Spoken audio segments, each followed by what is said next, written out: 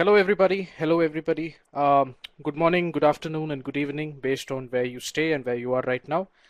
Before we begin anything, let's again do a quick sound check just to ensure that you folks can hear me fine. So there are around 90 of you here. If you guys can hear me, click on yes. That way is just a final verification that the audio is working fine and net connection is not an issue. Perfect. So welcome everybody, welcome to this session which is all about acing reading comprehension. So firstly, let me introduce myself. My name is Harsha. I'm one of the RC experts at e-GMAT. I will be one of your co-hosts today. The other co-host for the session is Shraddha, who is a senior subject matter expert who specializes in SC and RC. We also have Sandeep, who's a senior strategy expert, who is here to help you with all your non-subject related questions. So anything that's non-subject, Sandeep is your man. He's going to help you out with those if you put those questions. All right. So to tell you a little bit about this session, it's all about how to extract more from the passage so that you can improve your reading comprehension. So it's a fairly application oriented session. So the theory is slight, the application is more the crux of the session. So in order to help you with that, we had sent a couple of video lessons your way. So those are the ones that you see on your left.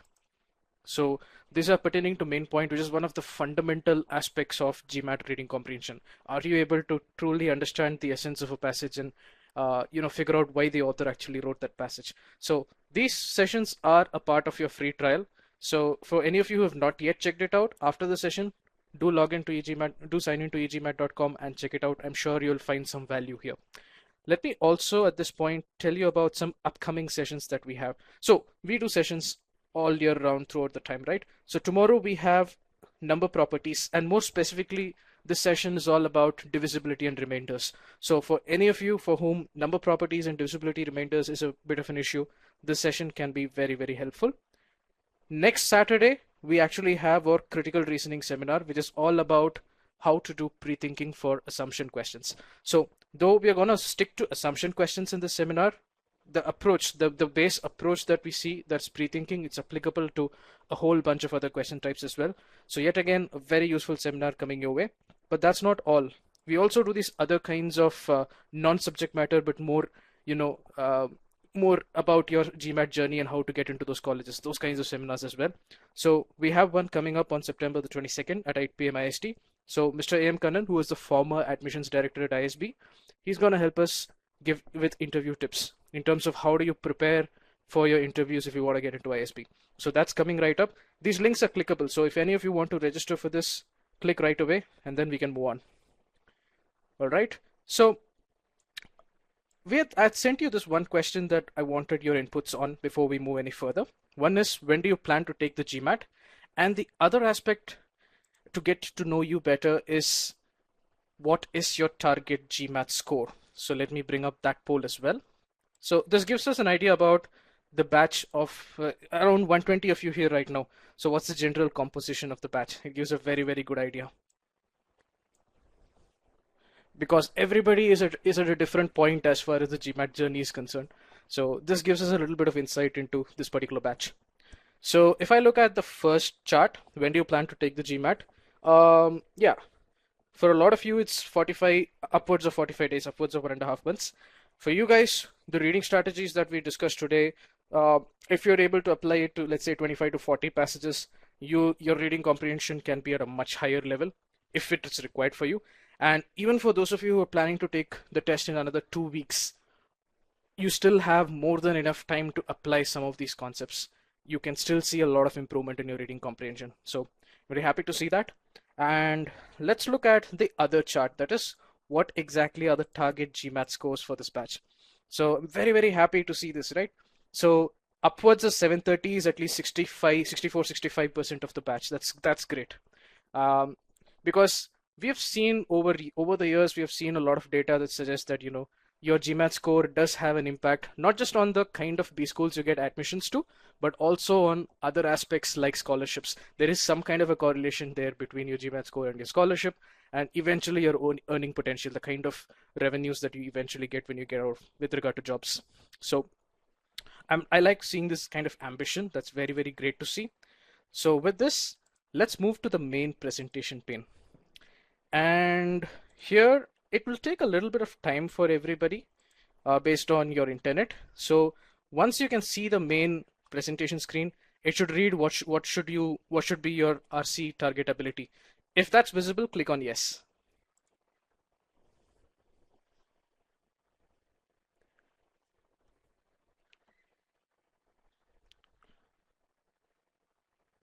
All right, so I can see it is loading for most of you at this point. So let's talk about what should be your target RC ability. So around 64% of the batch, give me one sec, guys. Let me just bring in my pointer, rather marker. And yeah, so around 63 to 64% of the batch told me that, hey, we want to get 730 plus as a score.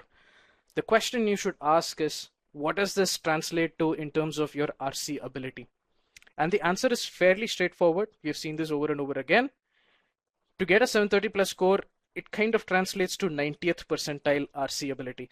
Now the question you have to ask is, what exactly is 90th percentile? A lot of you are familiar with CAT or other exams. 90th percentile means that you're better than 90% of the batch in RC, as demonstrated by that exam. There could be only 10% of people who have done better than you. All right. So the next question is, how do you get there? If you're already there, great, fantastic. But if you're not there yet, which I'm assuming is the case for quite a few of us, then how do you get there? So let's talk first about your RC approach. Before you can develop an appreciation for what we are going to discuss, we should first diagnose your current approach. So fundamentally, there are two aspects that I'm very, very interested in. One is what I call as the motivation or mindset factor. The other is the actual method.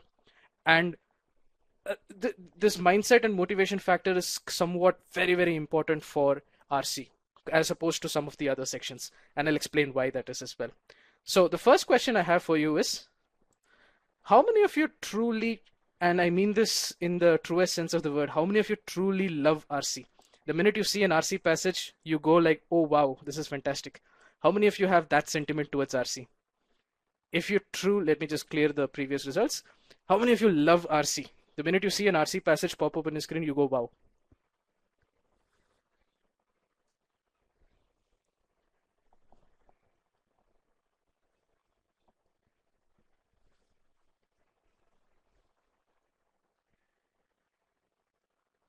So let me broadcast these results because as always, they paint a very, very interesting picture.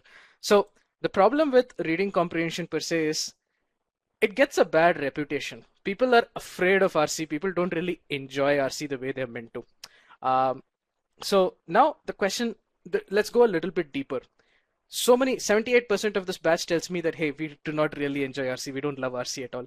The question I have for you on the short answer pod, what is it about RC that you don't like, or why do you not enjoy RC? Let's hear a few responses for this as well.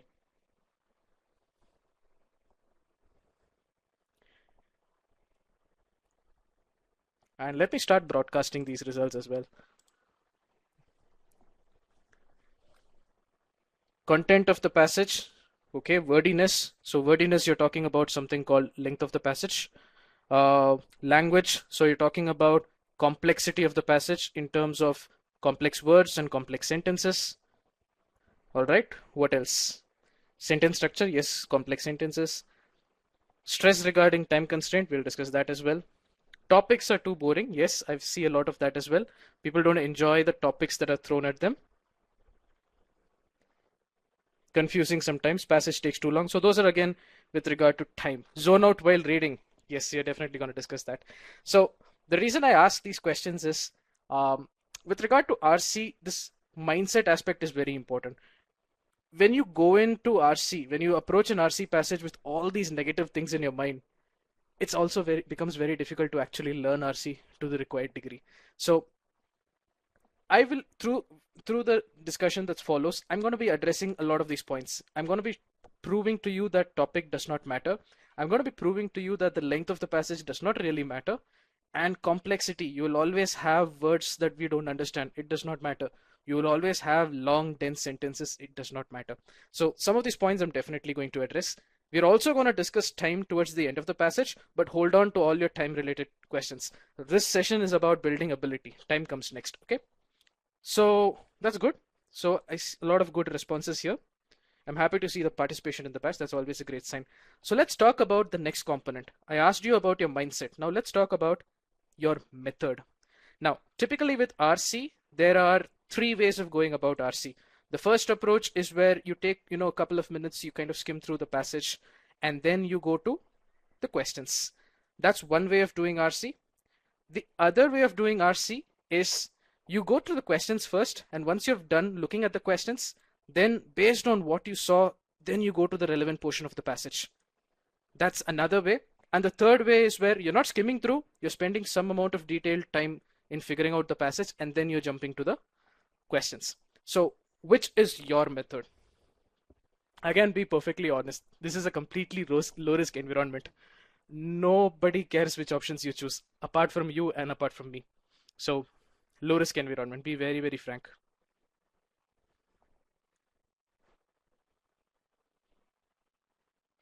All right, so let me just broadcast the results because it's, at some level this is the broad trend.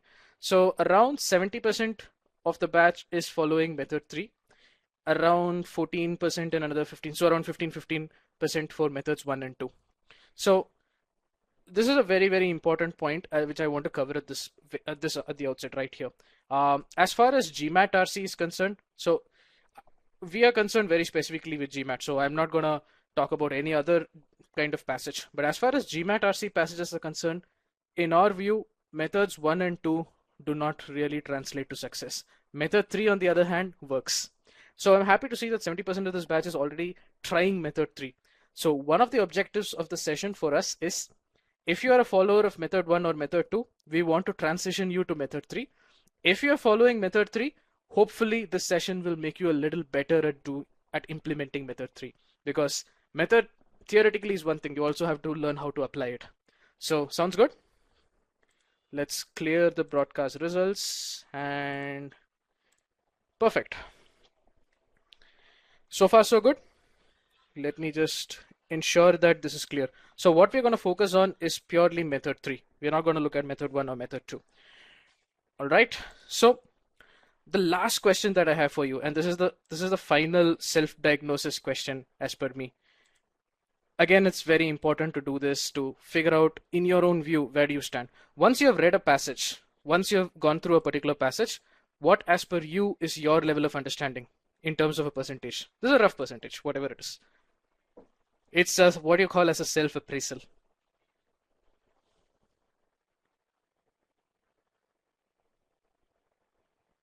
Depends on topic. Yes, I totally understand that.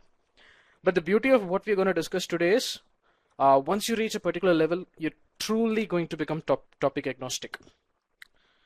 All right, so let's look at the results. They're very illustrative. So around 70% of the batch pretty much is between that 50 to 90 range. Most of us are in that 50 to 75 range, and some of us are a slightly higher level, 75 to 90 range, and very few of us are at that 90th percentile. This is your self-appraisal. In reality, of course, you might be a little better off, you might be a little worse off. We'll figure that out. So fundamentally, the one question here which you need to understand is, the one aspect you need to understand is, to get that 730 plus kind of score, to get that 90th percentile ability, what level of understanding is actually required? It's actually 90% and above. You should have extracted at least 90% of the passage to be able to perform at that level in RC. So I hope that is very clear. That's why this session is all about improving your ability to extract information from the passage, because that's 90% of the game. Okay, so now let's get very, very specific about what we are going to do today. And very, very quickly, our overarching goal today is to help you, improve in your reading comprehension, start acing reading comprehension. How are we going to do this? I'm going to introduce to you some certain reading strategies, and the theory portion is very small. It's more about how do you apply these reading strategies to extract more from the passage than you may be doing at present. Once you have learned how to extract information from the passage using certain strategies, then we solve questions through it, because at the end of the day, you have to solve the 4 or 5 questions that are attached to your passage. Then once you have demonstrated this ability, your ability to extract stuff from the passage, your ability to use that information to solve questions, the real proof of the pudding is in the eating. So what are we going to do? we are going to apply our learnings to a GMAT RC passage. So this would be what is typically considered to be a 700 level kind of passage. It's a very, very good passage. You guys will have a lot of fun with it. The idea is to apply all your learnings from 1 and 2 into extracting information from this particular passage. So that's a very, very important point that you should understand what we're gunning for in today's session. Okay. Now let's talk very, very specifically.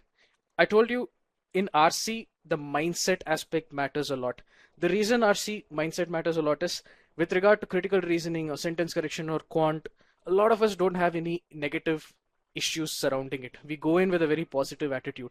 But the problem with RC is a lot of us have all this negative baggage regarding RC. So the first thing to fix is the mindset or the attitude.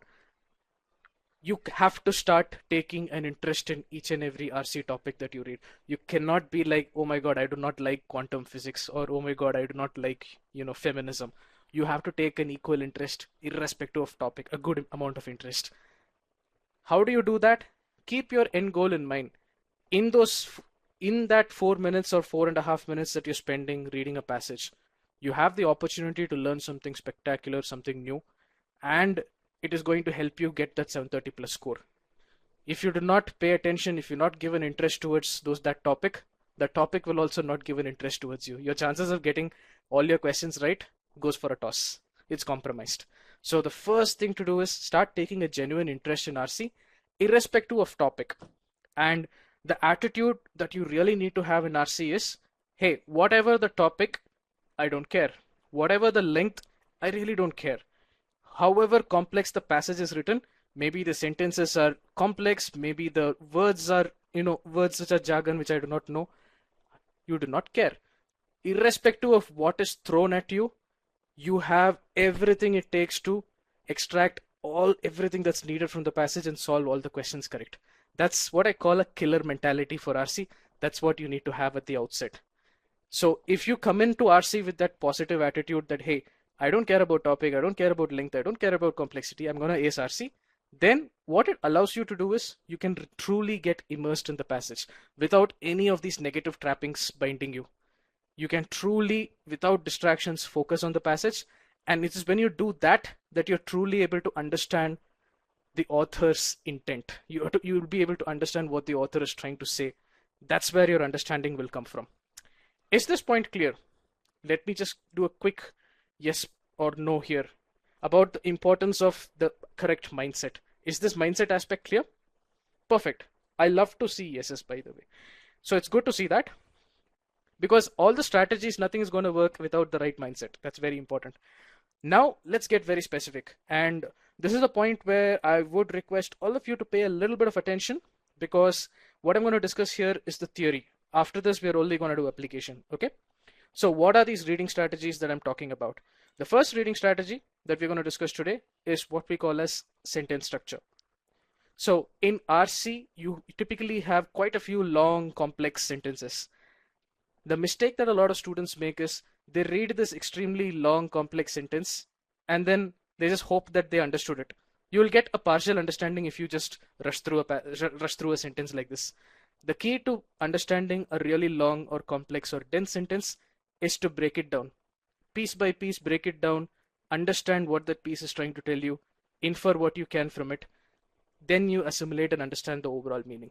So this breaking down of large sentences is a very, very important thing that we are going to discuss today. The next strategy rather, is called keywords. And this is again a very, very important reading strategy. Why do I say this is a very important reading strategy? Because honestly, if we start paying attention to this, you'll see a tremendous improvement in your RC just by this one strategy. So what exactly do I mean by keywords?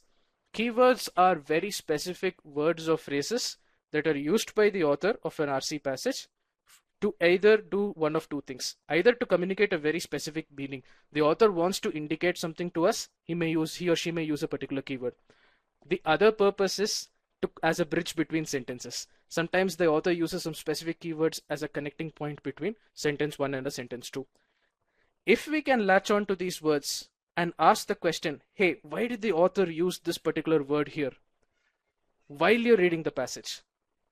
then you actually can predict the author's thought process. You can figure out what the author is going to say next.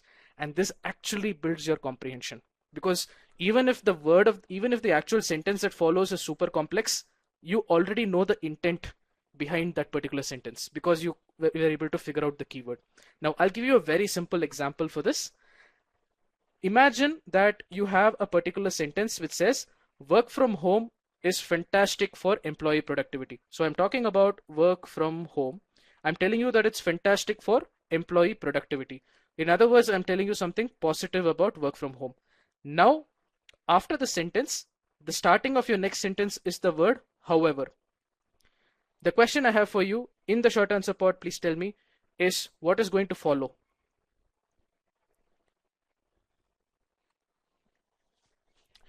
Contrast, something negative, right? Exactly. So this is the core point that I want to make here is these keywords are not words that you or I don't know. It's not some jargon word that we are not familiar with.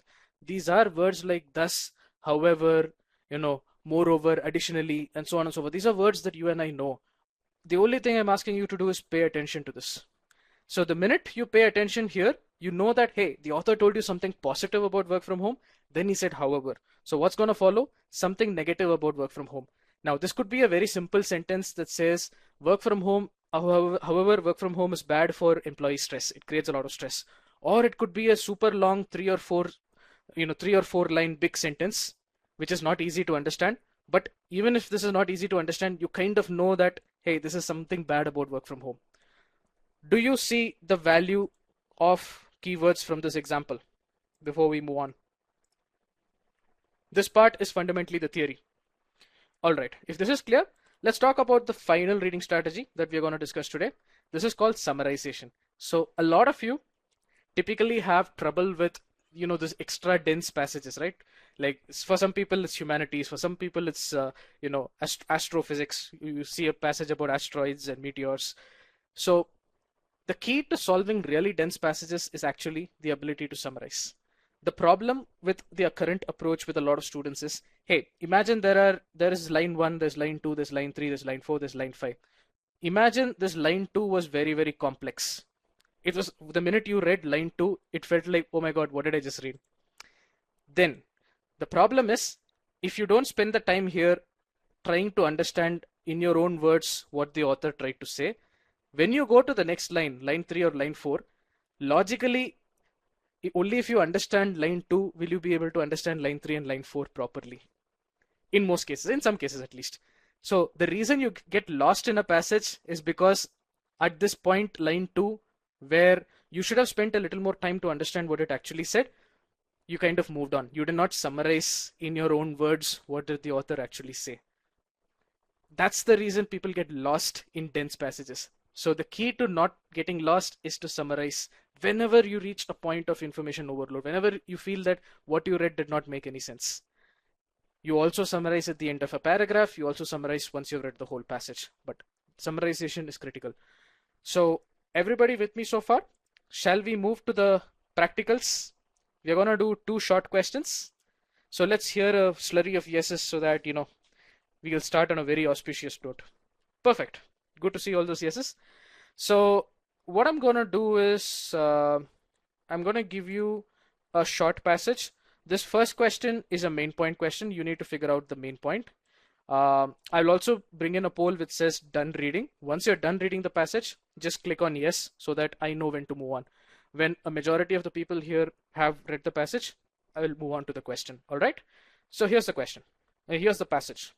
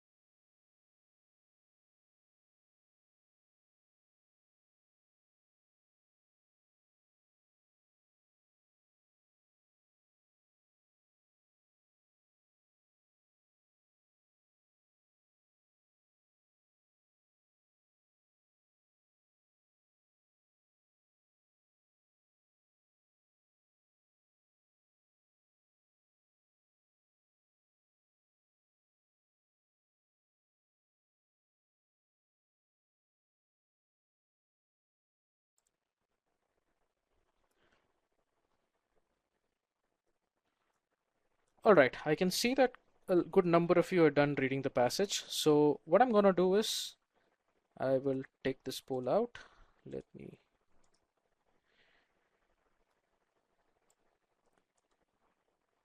So on the right, what you see is the same passage in case any of you want to refer to it again. Meanwhile, here's the question poll. Everybody who is attempting this question, which I guess should be all of you, can you please click on still solving? That way, I'm not going to time you as a group, you guys are going to time yourself. And I can remove this poll for now.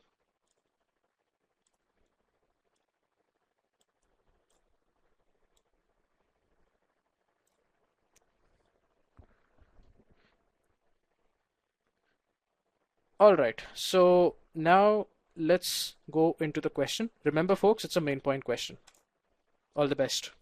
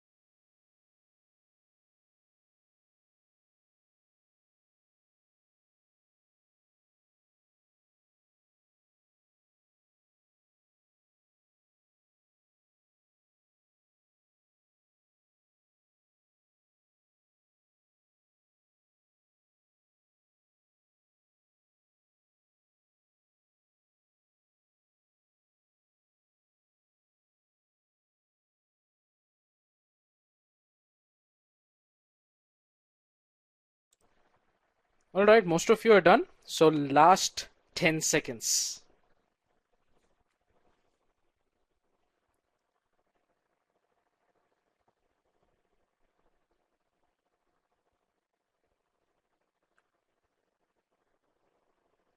Three, two, one, and let's pause. All right, so let me broadcast the results very quickly. If any of you want to note down, which choice you chose, you should do it right now, because I'm going to be taking this poll out for some time. All right, so we don't need this as well. All right, so let's do a quick discussion. How did you guys find this particular passage? Let me clear this. Yeah, how was this passage? Was it easy? Forget the question, let's talk about the passage. Easy, difficult, complex, how was it? So some of you found it easy, but I also see quite a few difficult to understand. Easy once you remove complex words, that's good, interesting. Scary at the first read, easy at the second read. That's interesting. So what we're going to say is read it once, read it thoroughly. Oh my God, people found it easy. So yeah, you're going to see how it's actually going to be easy. Don't worry about that. Dense but SE techniques helped. So I'm happy to see that as well. So bit of a mixed bag. There are quite a few who, found it easy, but there is a lot of folks for whom this was difficult. So in terms of, yeah, we will discuss this when we come to the answers as well. But fundamentally, it's by no means an easy passage unless you're already at a level where you're able to extract information very, very well. So let's kind of discuss this particular passage. Very, very interesting. And this is where you pay attention. Make sure that you're listening, because what we are discussing here is how do you do that? How do you apply those concepts, those reading strategies to extract information? All right. So let's talk about this particular passage. Bordering on the extreme, one definition of ethnocentrism considers it a something. So it's already a lot of information right here. I'm going to pause at this point. Now, how we are going to do this is, rather than me explaining the answers to you, in most of the cases, you guys are going to tell me the correct answer. I'm only going to tell you where to focus your effort and energy. All right. So the first question I have for you is, the author says bordering on the extreme, one definition of ethnocentrism, or EC, let's call it EC, considers it something. So why does the author say bordering on the extreme? What does he or she achieve by using this particular phrase? What can you infer from that?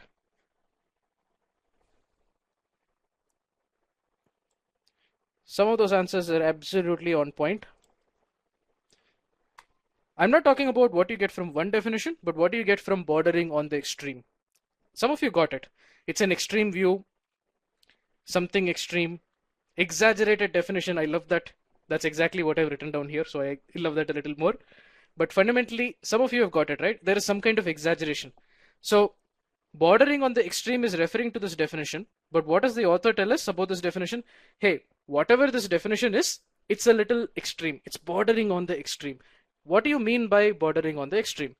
You have mean, that is your average, that is your regular, and then you have the extreme, not the mean.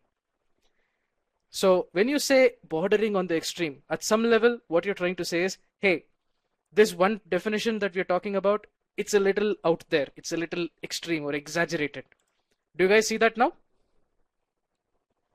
For those of you who were not able to see this point earlier, specifically, what I've done is just focused on those first four words and asked, what does this exactly mean? So as per this author, this one definition of EC, it's slightly extreme, it's slightly exaggerated. Now the second question, again, very, very relevant question. One definition, this for me is a keyword at this point. When you see one definition, what can you infer from one definition? Why does the author say one definition? Let's hear that as well. There are more, one of many definition, that's true. What else can you say? That's definitely true. Is there anything else you can infer?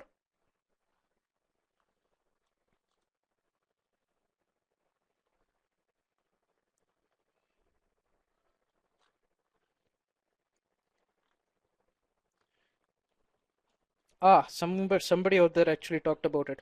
Yes. So, yes. There are two inferences that you can draw from here. The first inference, hey, when you say there's one definition, that means in all probability there are other definitions also. That's one aspect you can kind of infer. The second inference is, one of you got it right here, the author may or may not agree with this definition. Look at it. The author does not say this is the definition of ethnocentrism or this is my definition of ethnocentrism. He or she only says, hey, this is one definition of ethnocentrism. I never told you that I agree with it. So another inference that you draw right here is, this one definition is not necessarily the author's definition. Everybody clear? Can I have a quick round of yes if this is clear? It's not the definition, it's a definition. We don't know if this is the considered accurate, this is the hardcore definition. In fact, the author actually says this definition is exaggerated. It's slight disagreement also at some level, right? It's a bit of an exaggerated definition. Good. If this is clear, now we are ready to move on. Just from these first eight words, there were 3 points that we extracted. Now let's move on. So bordering on the extreme, one definition of EC considers it a schismatic in-group, out-group differentiation. Complex. Now the question I have for you, how many of you know what schismatic means? Exactly. Honestly, I don't remember the meaning of this word. I know the word, I don't remember the meaning of the word, but it's okay. Considers it a schismatic in-group, out-group differentiation. Even forget schismatic. From in-group, out-group differentiation, can I say some kind of a difference between in-group and out-group? Whatever those groups are, that we'll figure out. What those groups are, we'll figure out. But this one definition of EC considers it as some kind of a difference between in-group and out-group. That much everybody is aligned to? Yes. Perfect. If this is clear, now let's move on. So one definition of EC considers it a schismatic in-group or group, some kind of a difference between in-groups and out-groups, in which is a keyword which indicates that you're going to see a description of what you just read. Something happened in which, so it's elaborating and describing in more detail what you just read. So we read about some kind of a difference between in-group and out-group. So what exactly it is, that's what we're going to see. Internal cohesion, relative peace, solidarity, loyalty, and devotion to the in-group are correlated with. So let's kind of pause here, because this is a lot of text, right? A lot of fancy words are just thrown in. Cohesion, peace, solidarity, loyalty, and devotion. So here is where the next RC strategy comes in. Whenever you read something that, okay, it's hard to keep track of, it's hard to keep in your mind, this is where you summarize in your own words. So who can give me the summary of what that portion is? Internal cohesion, peace, solidarity, loyalty, and devotion to the in-group, in your own words.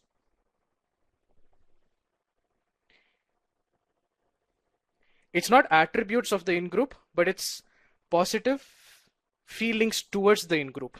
That differentiation is very important. Good things for the some good feelings towards the in-group, right? So eventually cohesion, peace, solidarity, loyalty, some kind of positive sentiment or positive feeling towards the in-group. That much can you infer? That's a very crude summary, but it makes sense, right? Now let's move on. So in which some kind of positive sentiments towards the in-group are correlated with, that's a keyword. What is meant by correlation? If A is correlated with B, what does it mean?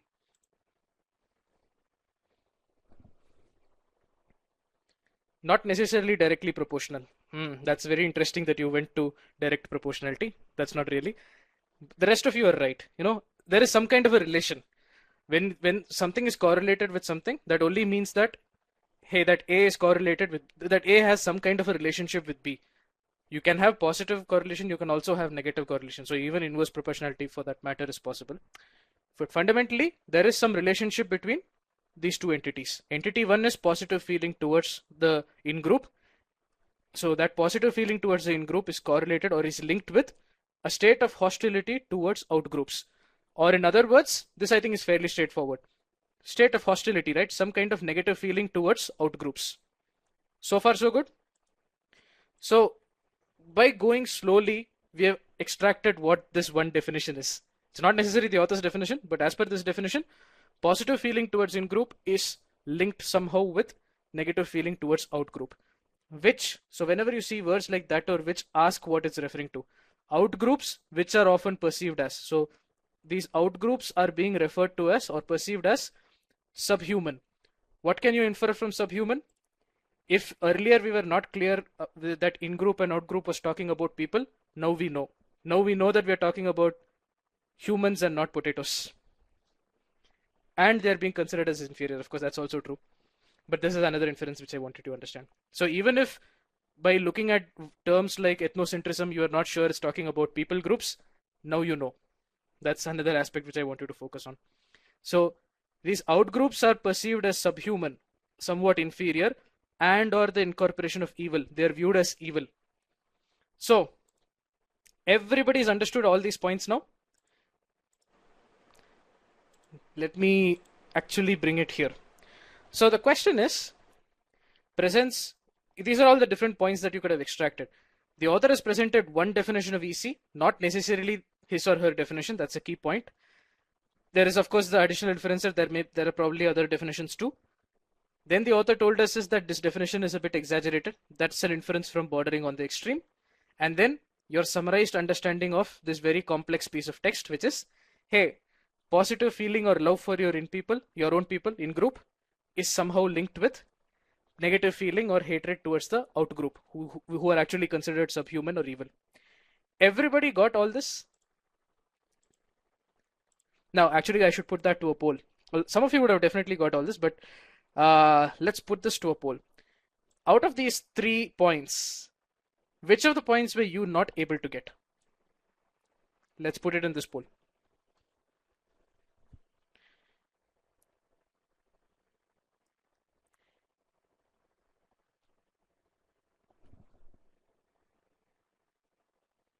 Because this is where this can tell you at a very granular level what is it that you are able to do, what is it you are not able to do. Now, for example, if I go to the next slide. So if you are not able to figure out this one definition is not necessarily the author's definition, then you did not pay attention to this point. There is this keyword one definition, which was the author's way of telling you that, hey, this is not necessarily my opinion. If you were not able to find two, that is, this definition is a bit exaggerated, bordering on the extreme. And then if you are not able to figure out three, that means that this summarization piece you are not able to do. So does this help? It kind of gives you an idea about what are those specific things that are not working out for you, right? So let me take this away. Now let's go to the question. Anyway, just to ensure, so far so good? Perfect. I like that. Now let's move to the question. So what exactly is the main purpose of the author behind writing this paragraph? Have I broadcasted the results? Yes, you guys can see the results. 6% went for option A. Now the question is, does the author criticize everything in these slides? Everything that's marked in red is the reason it's wrong. Okay. So when you say to criticize a concept, has the author criticized the concept of ethnocentrism? Not really. The author has only criticized that one definition by saying that that one definition is a little exaggerated. Has he anywhere told us that EC itself has he ever actually criticized ethnocentrism itself? The answer is no. Another aspect is, has the passage anywhere told you that EC, the concept, is encouraging hostility? All you know is, as per this one definition, there is hostility towards the out group, which is correlated with positive feeling towards in group. Nowhere are we told that EC is that concept that is encouraging the hostility. So how can you infer that? So I hope option A is clear for all of you. Only 6% of you chose it. I'm assuming that this was fairly clear. Let's go to option B, to evaluate the concept of EC while enlisting its various features. Now, two reasons why it's wrong. The first reason you should reject it is this aspect. To evaluate something, and I think for all RC this is very important for those of you who are not sure about this. To evaluate something means to assess something. Excuse my handwriting, but yeah, to evaluate something means to assess something. By that you mean you're considering the pros of something, you're considering the cons of something. That's how you assess something, right? What's good about this, what's bad about this? That's how you assess something. Evaluate is absolutely not the same as defining. What evaluate is simply you're considering the pros of something, you're considering the cons of something. So if you were to evaluate the concept of EC, that means that you're looking at what are the pros of EC, ethnocentrism, and what are the cons or negatives of ethnocentrism. That's an evaluation. Is that happening in this passage? Absolutely not. You're just given one definition. That also exaggerated definition, not necessarily the real hardcore definition. So while enlisting its various features is also a problem. What you're given is the definition. The definition of artificial intelligence is not the same as the features of artificial intelligence, right? Or to give an easier example, the definition of mobile phone or cell phones is not the same as the features of the cell phone, right? Two completely different things. What you're given here is one definition. Okay?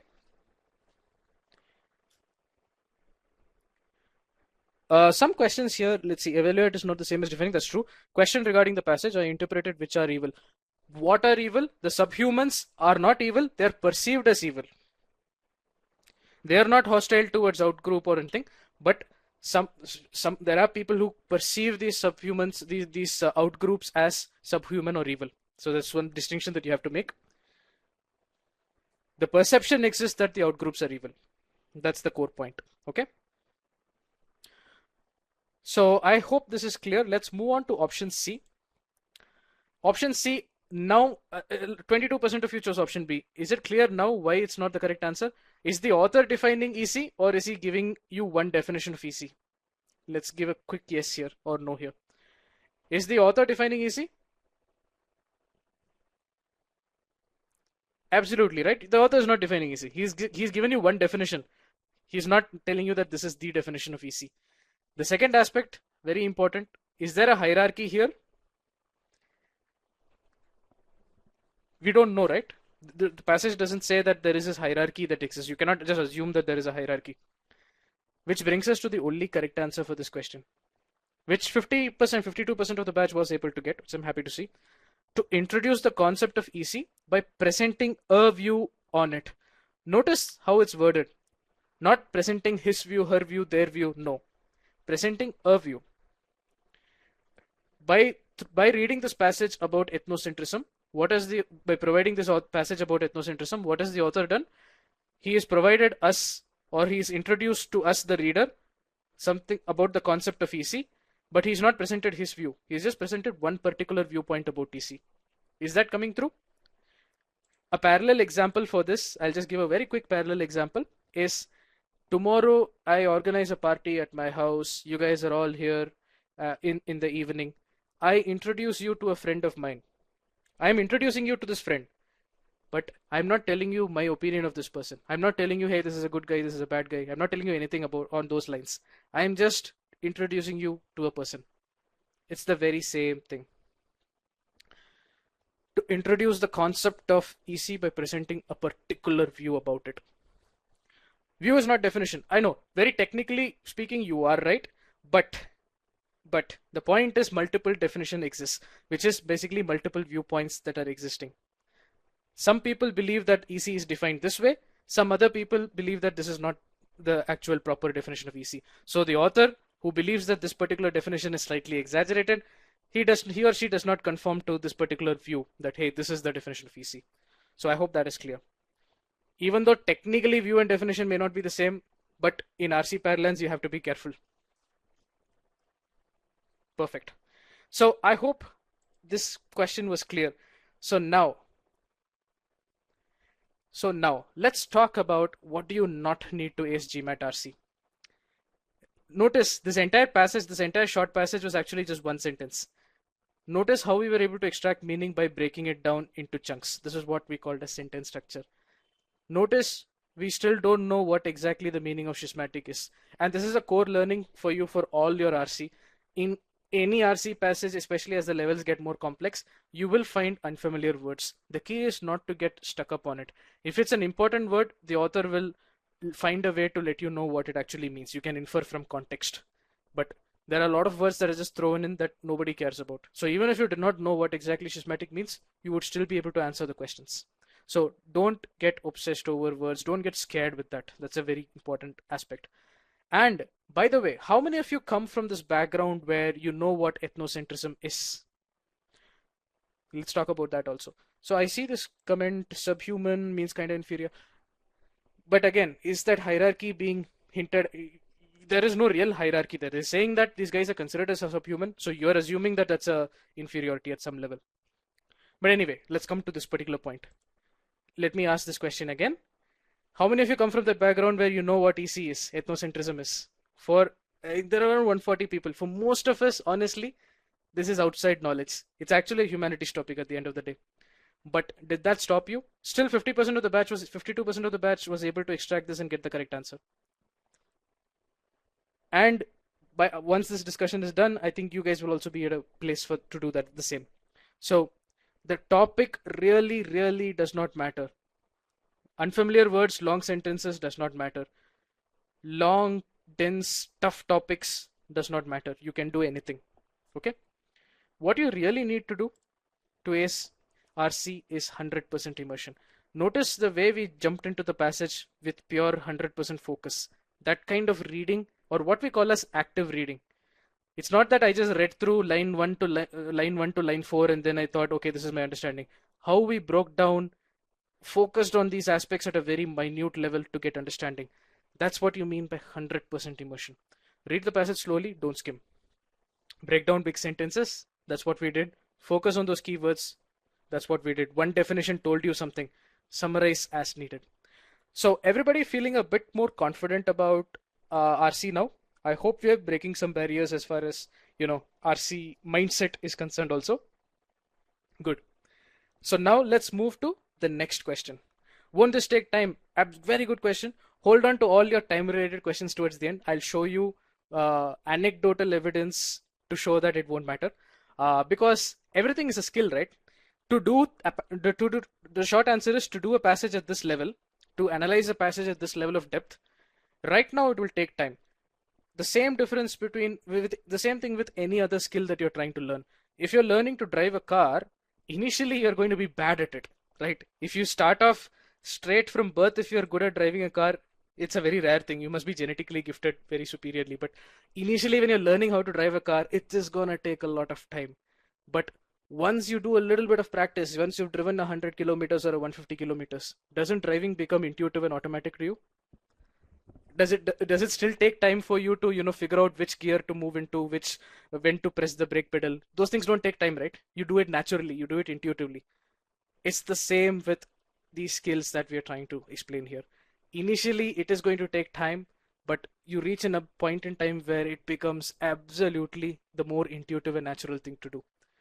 And hold on till the end of the session, because we're going to show you actual data of students who have done this. We're going to show you an ESR of a person who was following the strategy and did all his passages in time. So, okay.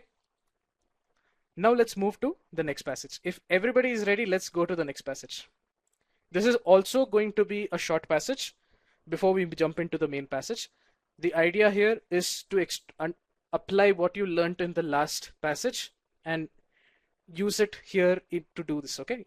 To extract what you can from this passage. So the question here is an inference question.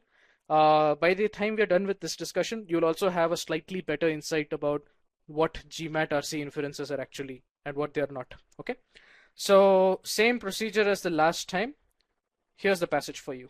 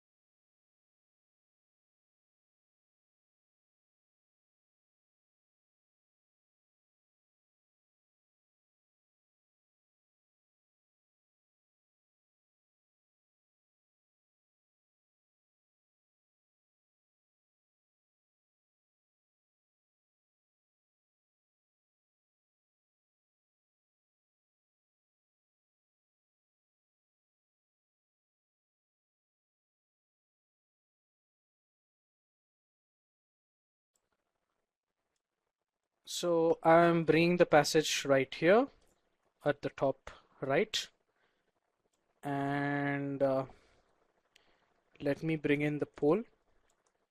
Same process, guys. Click on still solving so that you guys can time yourself and I don't have to.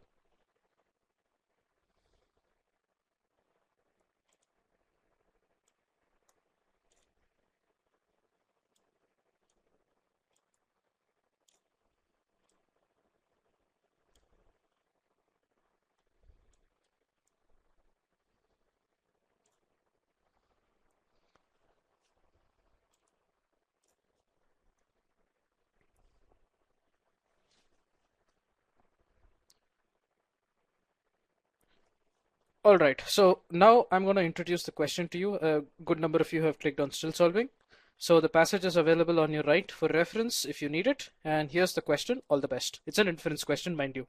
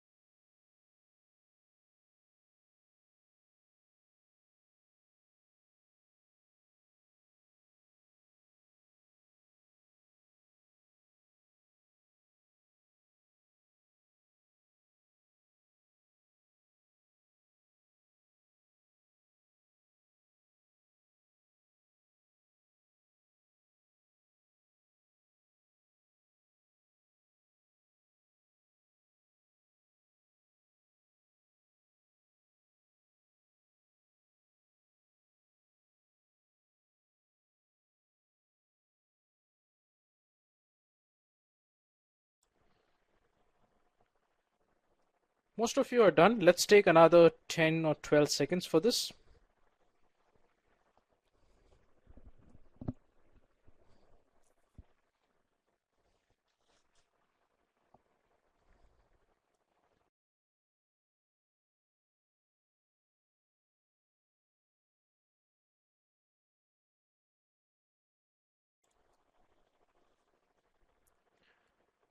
All right, last 3 seconds. 3, 2, 1, and I'm gonna pause right now.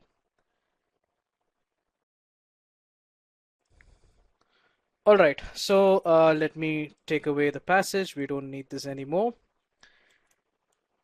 Let's start with the same question as last time. How was this particular passage? Forget the question, let's talk about the passage on the short answer board, folks.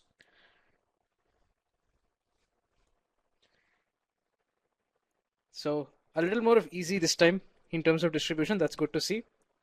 Comprehensible, not that bad, not that complex. All right, let's see. Still difficult, okay, that's also true.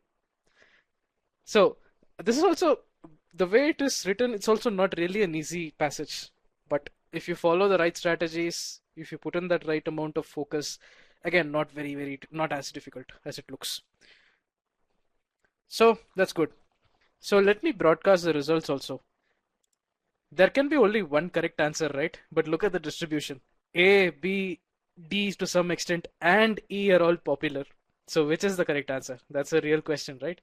So many of you found this passage to be easy. Let's hope you guys also chose the correct answer. Answer choice is very difficult. Within the next 10 minutes, I'm going to clear that clutter. You'll be, for those of you who did not choose the right answer, some of you are going to be kicking yourself by the time we're done. And for some of you, you did everything right, but there may be some misunderstanding as to what a GMAT RC inference is. So through this discussion, you're going to get a little bit of clarity on that as well. So we're going to take a small detour. Before I get into this particular passage, I want you to answer this question. Now assume that I am the author. So author is me for all practical purposes. I make the statement: the color blue is considered to have a soothing effect on the moods of people. The question I have for you is, based on this, which of these can you infer? Let me bring in the poll. So these are the two options. Oh my god, it already jumped to the next one. Just give me one sec. Let's just put the poll here. Which among these options can you actually infer? Let me make sure that the statement is visible, because this is a very important aspect to understand, which is pertaining, which is kind of relevant to this particular passage. If you understood this, it's good. If you understood this and remembered this and paid attention to this in the passage, then it's extremely good. So I'm going to broadcast results right now. So 70% of you tell me that the first statement can be inferred. That is, hey, some people regard the color blue as soothing. And 74% of you folks are correct. It's only that first statement that can be inferred. So the problem is, a lot of people assume that when you say is considered, it's just the author stating his or her own opinion in passive voice. But in reality, you have to ask the question. When you read the statement, the color blue is considered to have a soothing effect on the moods of people, does the author also consider it this way? Does the author also consider blue to have a soothing effect on the moods of people? How can you be so sure? All I know is, from this statement, all I know is there are at least some people who believe that blue has a soothing effect on the moods of people. That I can say, because the author says the color blue is considered to have a soothing effect. So there are at least some people who consider blue to have a soothing effect. What I cannot be sure is whether the author is also part of that group which considers blue to have a soothing effect. Is this concept clear? This is very important. So you can infer statement 1, but you cannot infer statement 2. Why? Because statement 2 says that as per the author, the color blue is soothing, and that you cannot be 100% sure for an inference. We cannot infer most also, by the way. So there is all I can say is this is general consideration. There are at least some people who believe, but it need not be greater than 50%. It could still be like 30%, 40%. So that's another important aspect. Statement 2 is not a fact. Fundamentally, statement 2 cannot be inferred. And I'll come to that when I talk about what exactly constitutes a good inference, a correct inference. But is this point clear? That as per the, you cannot be 100% sure that as per the author, the color blue is has a soothing effect. That's good. Because if I am the author and if I want to communicate to you that the color blue, as per me, has a soothing effect, this is what I will write. You see that difference? To answer that question, what will be written to say that it's 100%? If I write this, you know 100% that as per me, I am the author, as per me, the color blue is soothing, because I'm telling you. This I'm telling to you as a fact. Very clear? I think this point is fairly obvious at this point. So now, the reason we took the small detour is, it's very, very relevant to the particular passage that we have here. The question is, the only question I have here is, how many of you paid attention to this and understood it for what it was trying to communicate? Just like one definition in that last passage was the author's way of letting you know that, hey, I don't necessarily agree to this definition. Here, deemed to be is the author's way of letting you know that, hey, it's not necessary that I agree with what is being said. There are some people who consider EC and XP to be connected. I may or may not agree. Do you guys see that now? Before we quickly jump into the passage. That's the very first. So for some of you who chose options like D, this is probably where you lost it. So let's go through the passage now. Again, pay attention. This is how you extract the information. Ethnocentrism, let's call it EC, and its canonical variance. What is canonical? Do you know the meaning of canonical? Not everybody knows. Just like schismatic in the last passage, canonical is a word that not everybody will be familiar with, right? So it's okay. Whatever it is, forget what this means. Let's go on. Ethnocentrism and its canonical variants. So EC and its various different variants are deemed to be, or in other words, considered to be intimately connected with xenophobia. Let's call xenophobia as XP. Now, or in other words, we don't know if the author agrees with this view, but as per some people, I mean, there is this general consideration out there that EC and XP are intimately connected. It's clear so far? Quick round of yes if this is clear. Perfect. Now let's move on. Xenophobia, and then you have a comma, and then you have something here. A complex attitude system, sentiment structure involving aversion, dislike, and antagonism vis-a-vis the strange or the alien, and everything the stranger or alien represents. So this looks extremely complex at the face of it. So what did I tell you the last time in the last passage? When you read something that does not make any sense to you first time, what should you do? What is that one thing that you should be doing here?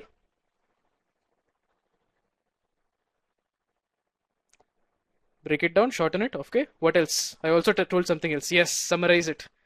So in your own words, who can tell me what this means? This entire thing, complex attitude system, sentiment structure, all the way till stranger alien represents.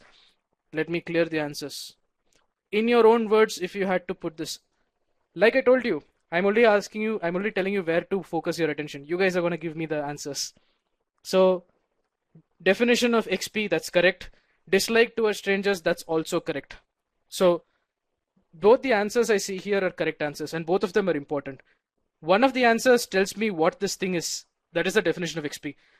The other thing, some of you told me it means dislike towards stranger. That's what the definition actually says. Both are important. You should be able to figure out that, hey, this is the definition of XP. And number two, as per this definition, some kind of a negative feeling, right, towards the stranger. Dislike, hate, whatever you want to call it. You guys told this, right? This makes sense? This summarization makes sense? Some kind of a negative feeling, aversion, dislike, antagonism towards the stranger or alien. This was what I also summarized. Some level of hatred towards the aliens. But now, because I've understood this, I'm much more confident to read what follows. Now, a question that I have here is, and it's a very important question. A lot of you correctly figured out that, hey, this is the definition of XP, right? The question is, does the author agree with this definition, yes or no? Or you cannot say. So some of you are saying yes, some of you are saying can't say. This is a very important point. So the correct answer here is this definition here is provided by the author to us as information to explain what xenophobia is. You see the difference between what's written here and what came in the last passage? In the last passage, the author told us one definition of XP is so and so. Here you don't see anything like that. It's not like xenophobia, one definition of which is that it's a complex attitude, or xenophobia, which some people define as a complex attitude. You don't see any of those aspects that are indicating that this is not the author's definition, right?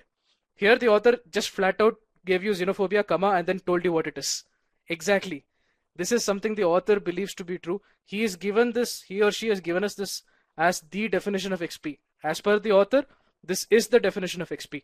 I'm going to make it crystal clear with an example for you, for those of you who are slightly on the edge about this. So let's take this example. This should make it very, very clear. Look at that first sentence. Verbo is considered to be a unicorn, a company with $1 billion valuation. Now, here, does the author also believe that a unicorn is a company with $1 billion valuation? Yes, right? He's giving you the definition of what a unicorn is. Isn't that what is happening here? Verbo is considered to be a unicorn, and what exactly is a unicorn? The author is telling you, hey, a unicorn is a company with $1 billion valuation. Is this coming through?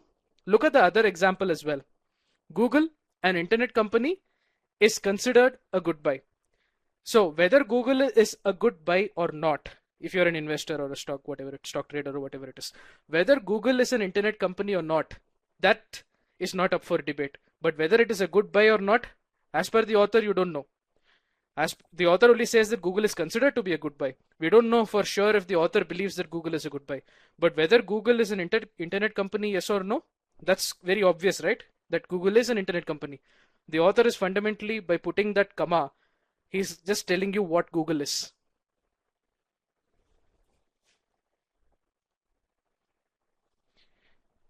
It's the same. Second example is clear. The idea is the same. Verbo is considered to be a unicorn, and then comma, and then the author is telling you what the hell a unicorn actually is. The author is providing you that definition of unicorn as a fact. Right? What is a unicorn? It's a company with $1 billion valuation. What is Google? It's an internet company.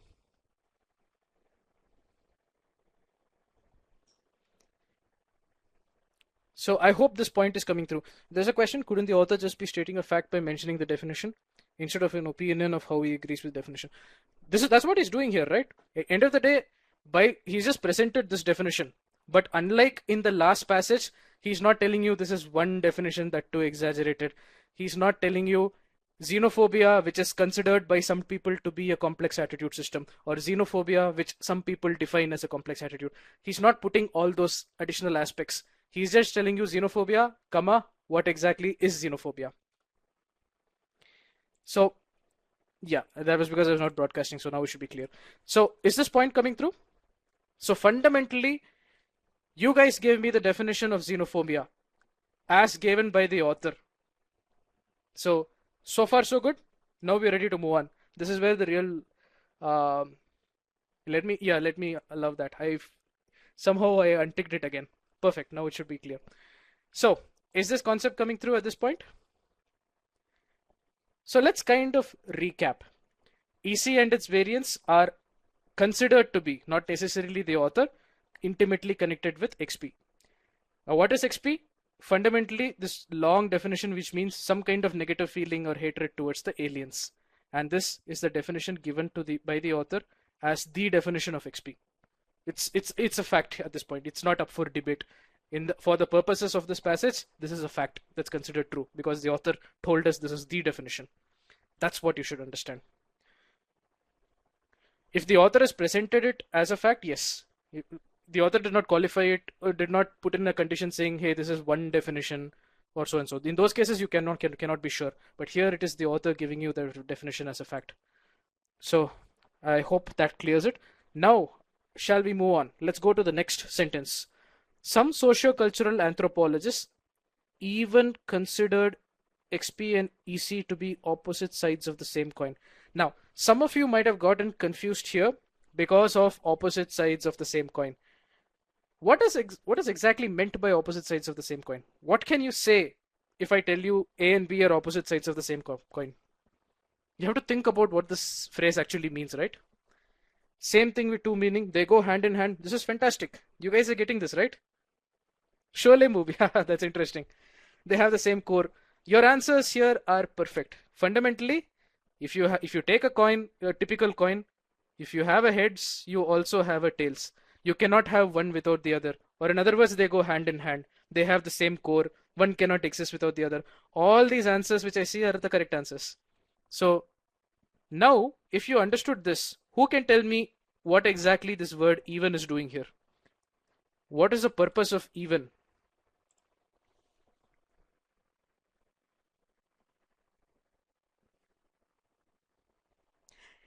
Extreme. Extension of the previous point, extreme. See?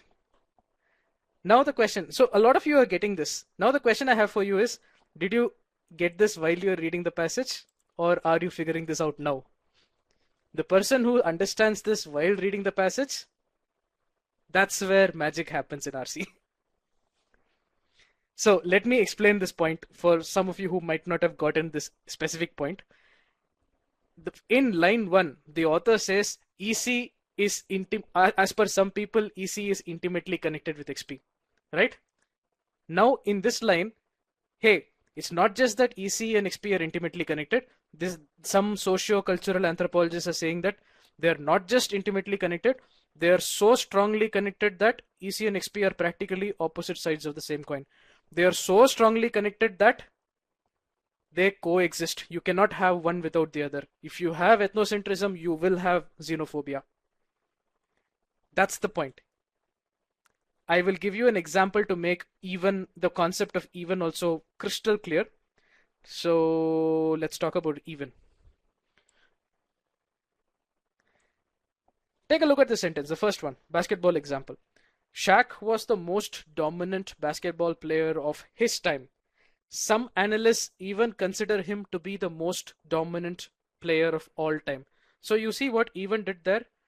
Some people believe that Shaq was the dominant person of his time period, whatever those years when he was playing. Then some other people are coming in and saying that, hey, he's not just the most dominant player of his time, that fellow is the most dominant player of all time. So you see what even is doing here? Adding an additional level of emphasis. It's taking it to that next level, increasing emphasis, taking it to that next level. If you put a not against it, it can also go the other way.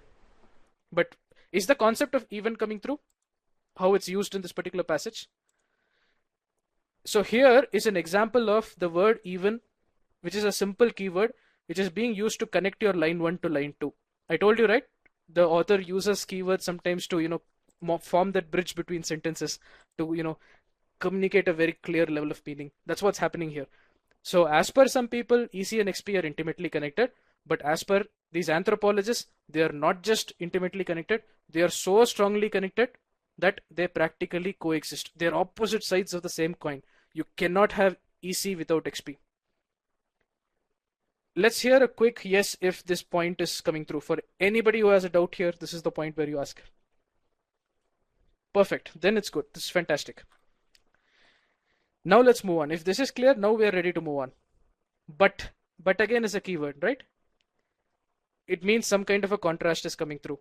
So some people believe that EC and XP are so strongly connected, they're opposite sides of the same coin. That is, they practically coexist. One cannot exist without the other. When you see the word but, it means that probably somebody is going to say, hey, it's not that well connected also. And that's precisely what you see. But a few voices have cautioned that this need not be the case. Or in other words, it's not that strongly connected also. Do you see this? This is all. The entire passage is this simple. If you pay attention to these keywords, if you go slow, if you summarize at the key points. And notice again, the author has not given his or her opinion anywhere in this passage. EC and XP are intimately connected, not necessarily the author. Xenophobia and XP are opposite sides of the same coin. That is, they practically coexist. You cannot have one without the other. It's also not the author's view. It is some cultural anthropologists, right? And a few voices have cautioned. Yet again, the author is letting you know, hey boss, not necessarily me. Nowhere in this passage do you know anything which is the author's point of view, except for one thing, which is the correct answer. So now I think everybody is in line with all these aspects of the passage. Now the question is, what did you get and what did you not get? So I'm going to bring a very similar poll as the last time to test the very same aspect. What did you get and what did you not get? Let me just clear all answers. And here's the poll. There are 4 points, right? The author provided us a particular definition of XP. If you got that exact definition, that's some kind of negative feeling towards the alien, then you don't click 1. Otherwise, you click 1. If you figured out that they are closely connected, not as per the author, not necessarily as per the author, but some people consider they're closely connected, that's your point 2. That if you miss that, that's point 2. If you miss that third point, that coexistence, you cannot just look at opposite sides of the same coin and think that means they're opposite to each other. That's not the idea behind opposite side of the same point, right? We're coming to the right answer, but fundamentally, so far so good.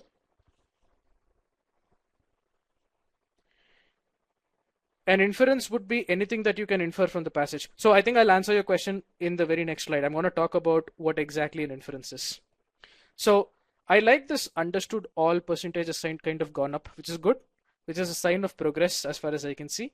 So if you fell for any of this, you know where you're faltering, right?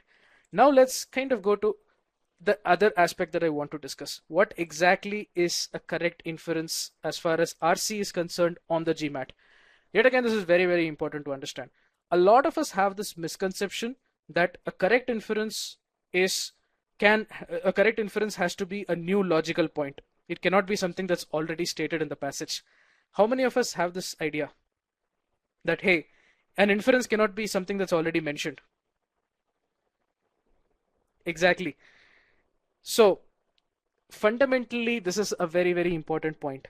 The definition of an inference on the GMAT is, if your given information is considered to be true, what else is true? What can you say is 100% definitely true? This is the definition of inference both in CR and RC. This also means that if I take any particular piece of information from the passage and restate it as an option choice, this particular statement is true, right? Because it's considered true from the passage. This would also be a valid answer choice for an inference question. You can have a restatement of given information as an inference option choice.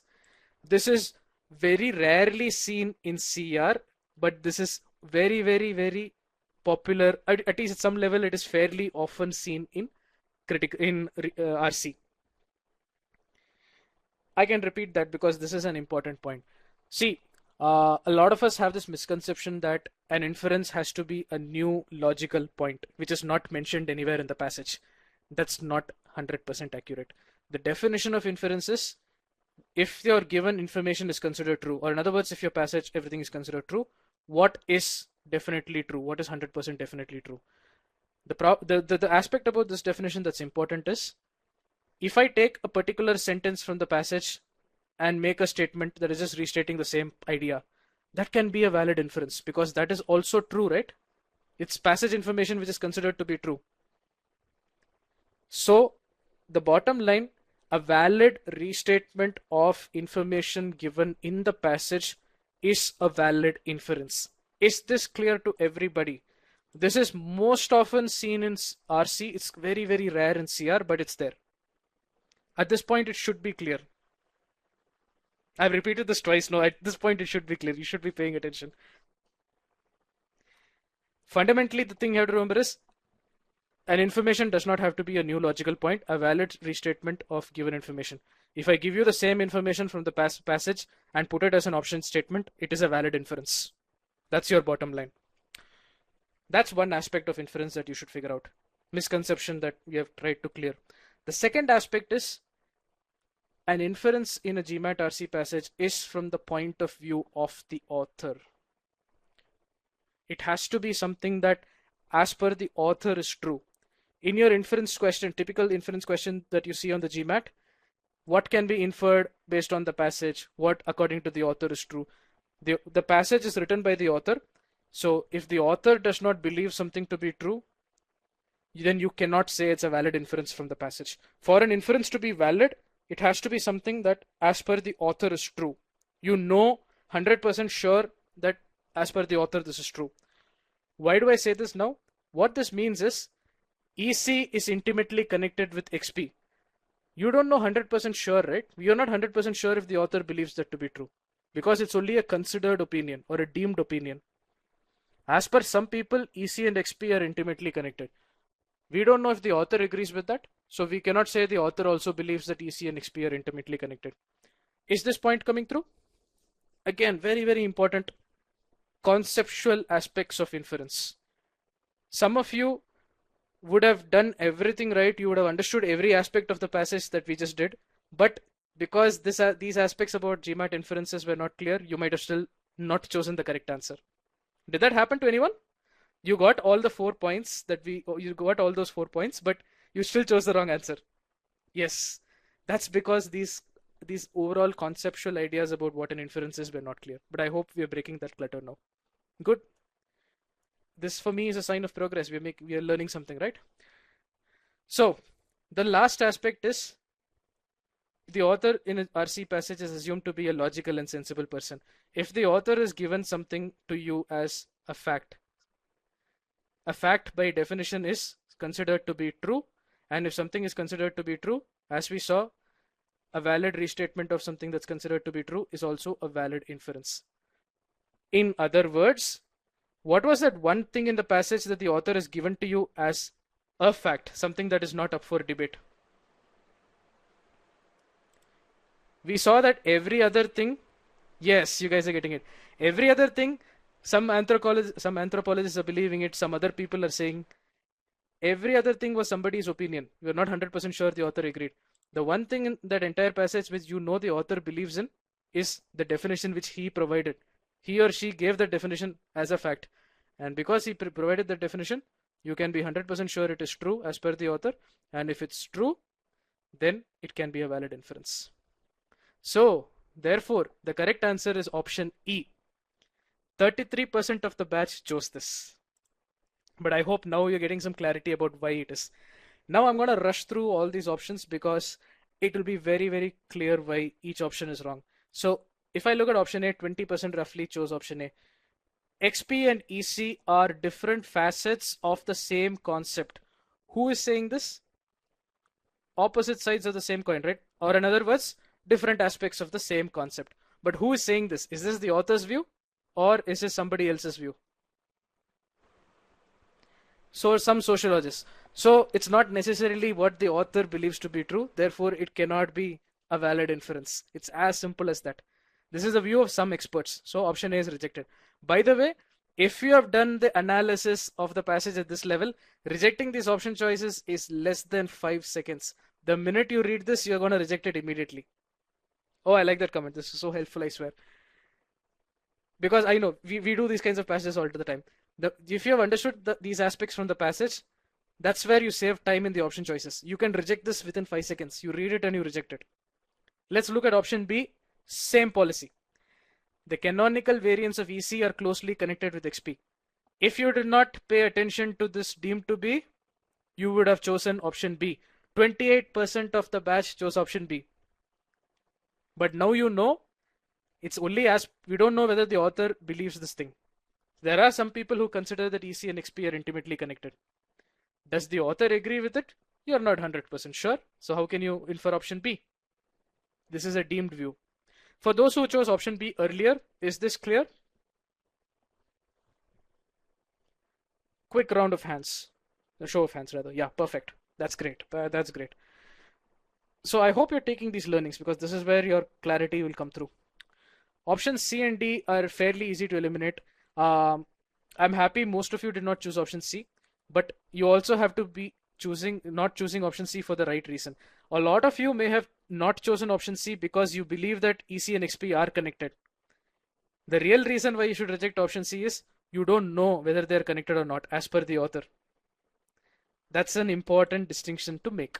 If this is clear, the fundamental idea is you don't know whether does the author believe that they're connected, yes or no. I have no idea. The author never stated that. Except that one definition which he gave, nothing there's nothing there which the author agrees with. In some cases, I'm surprised that so many around 20 of you chose this. The problem with option D is the word causality. Where is the causality here? What is causing what? Inference can only be something which the author believes in. Yes, unless the question stem asks you for scientist inference or some third-party inference. But your general inference question, according to the passage, what can be inferred? It's always author view. The author is the king or queen. It has to be author view. If you know that the author agrees with something, yes, that's there. So, causality, is it clear? Nowhere is there causality here, right? Do we know that XP is caused by EC or EC is caused by XP or something is causing one of the other? Nothing is mentioned about causality, which is why you should not be choosing option D. Those who chose option D, clear?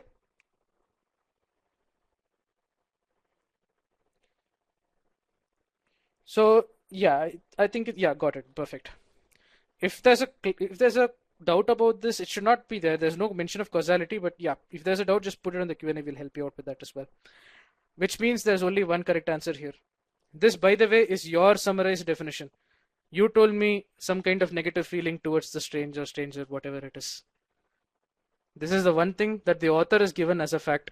And if the author has provided this as the definition of XP, then that means that it's considered to be true. If it's considered to be true, a valid restatement of given information can be a valid inference. Therefore, option E is the only correct answer.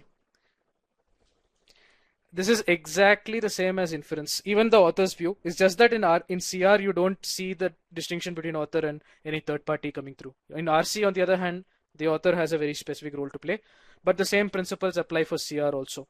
If in a question which has, say, an author and a scholar, and you're drawing an inference that the author will not draw, but the scholar will draw, that particular scholar inference is not a valid inference. It has to be, even in CR, a real inference is what your author believes in.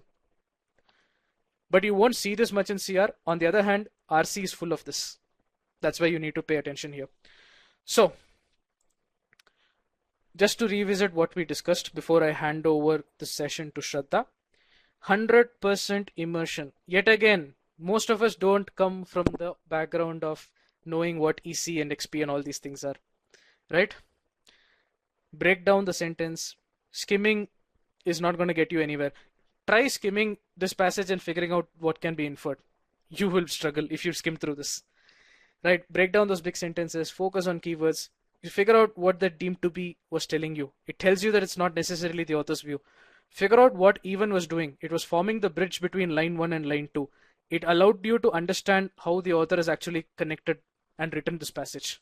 That intent I told you, right? It comes out if you can pay attention to keywords.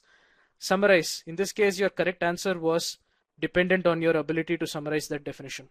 If you are not able to summarize the definition, there's no way you would have chosen option E, right? So that's about it. Very quickly, I'll go through the previous slide. But if you have a question, just put it in the Q&A. We'll help you out. The only correct answer is E. It's a valid inference. All right. So an inference in the GMAT RC is the author's view. It is always author. Okay. So with that, I am going to hand this over to Shraddha. Thanks a lot for this. I hope what we discussed so far was useful. And over to you, Shraddha.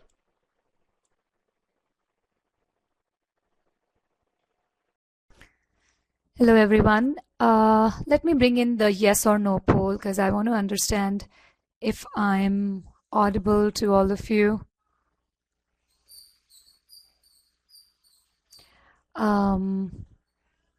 Okay, most of you are saying, I can see a lot of Y's popping up. Still a yes or no poll would be better, give us a better idea. I'm just taking away this short answer poll for a while. Here, I've gotten the yes or no poll. Please put in your response if you can hear me all clear, loud and clear. Okay, so most of you can. All right. So thank you, Harsha, for that wonderful session.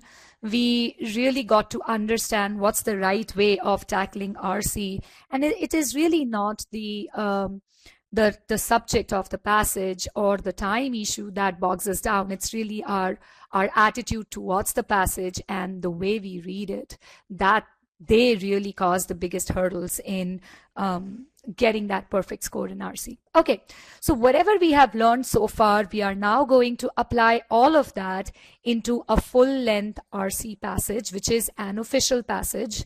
Okay, so I'm not going to time you again.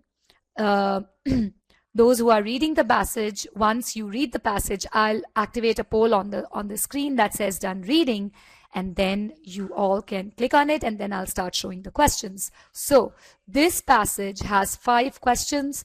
You read the passage, then you answer all the 5 questions, and that's when we start the discussion. Okay, so and another housekeeping tip, guys, here, when we ask you a question, please reply to that question on short answer pod.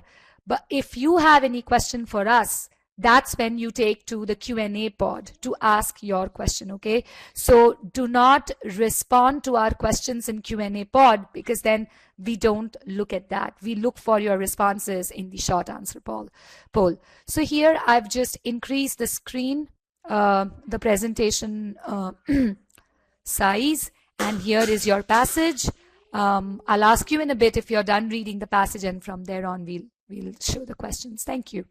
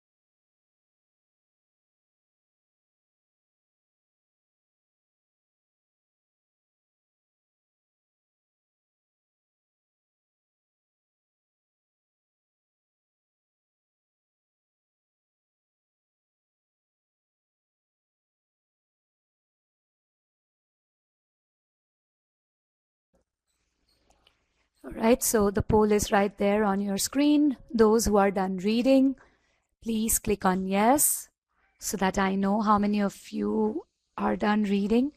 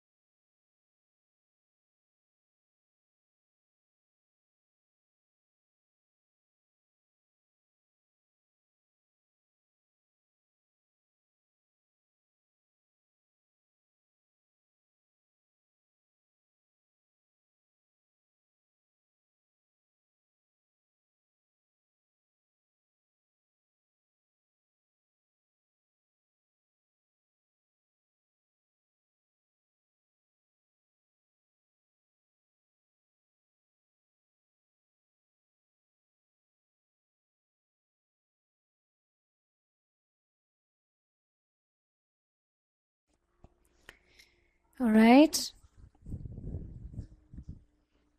I can see the numbers in yes increasing.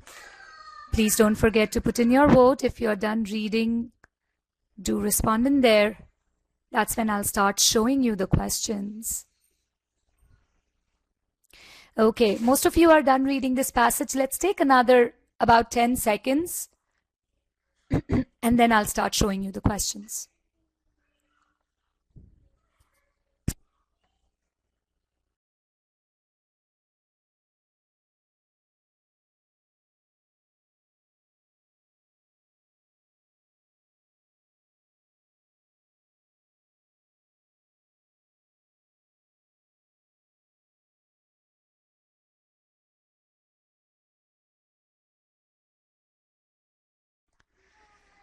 All right, so it's question time now. As I told you earlier, we have 5 questions in this passage. So let me bring in the poll, and you guys already know the drill. Please click on still solving so that we know how many of you are participating, and that's when I can take a decision as to when to show you the next question. So you don't see the question on your screen right now. We are just taking the participation count when you click on still solving. So that way I know how many of you are here with me. Little more. Can we get that number to 70? I have 120 students in the class right now. All right, so here comes the first question on your screen. It talks about primarily concerned. I'm just reading it out so that we are sure that all of you are seeing the same question. Also on your screen, I have gotten a notes pane which contains the entire passage. It's a scrollable pod. You can use the scroller to get to the pertinent portion in the passage to answer the question, okay? So this is your first question. All the best. Oops, what happened here?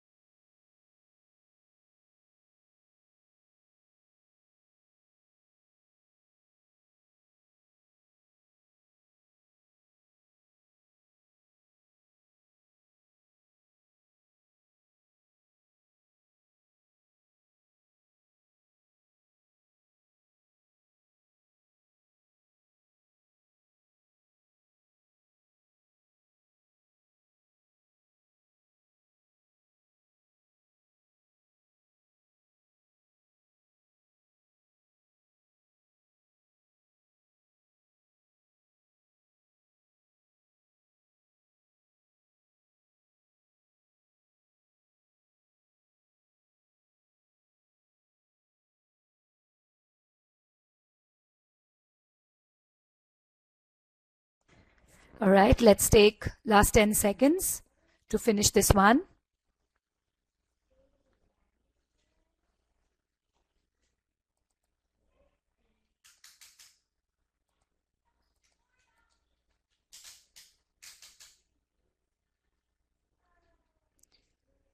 Three, two, 1, 0. Okay, I am ending the poll here, bringing in the poll for the next question. Same drill. Let's click on still solving.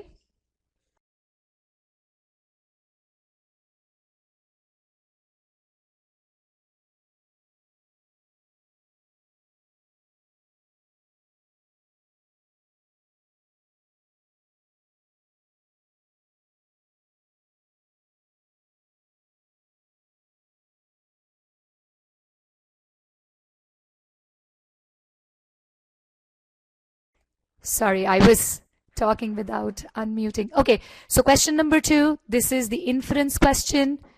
Whatever we have learned so far about inference, that's what we are going to apply here. All the best.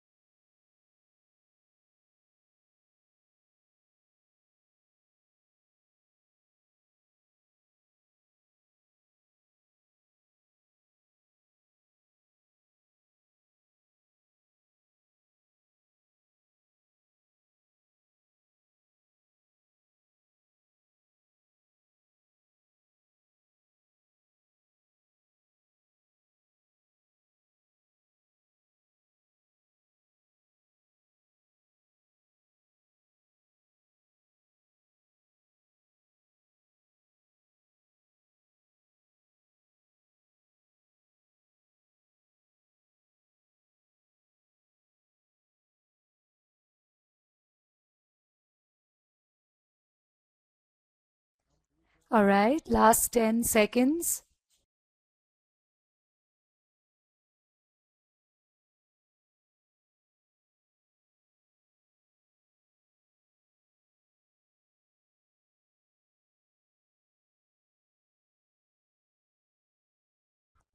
Three, two, 1, 0. Okay, I'm going to end the poll here.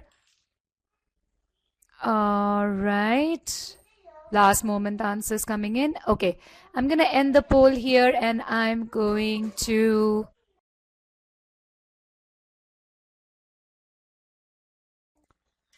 let's get the poll for my next question. And once again, we'll do still solving. Let's quickly get to still solving. Let's get that number a little bit up, just a little bit. And here comes question number 3, another inference question. It can be inferred from the passage. Okay, so that's another inference question. All the best.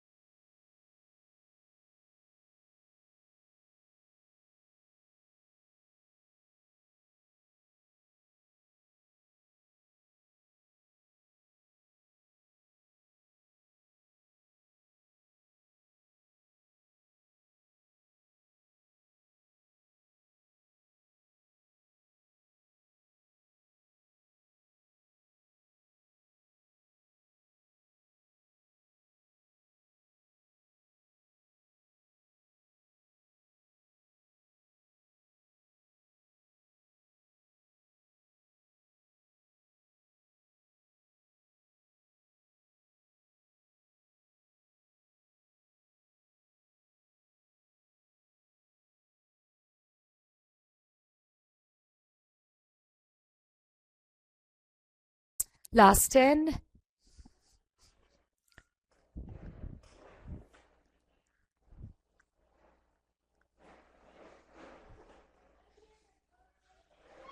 Three, two, 1, 0.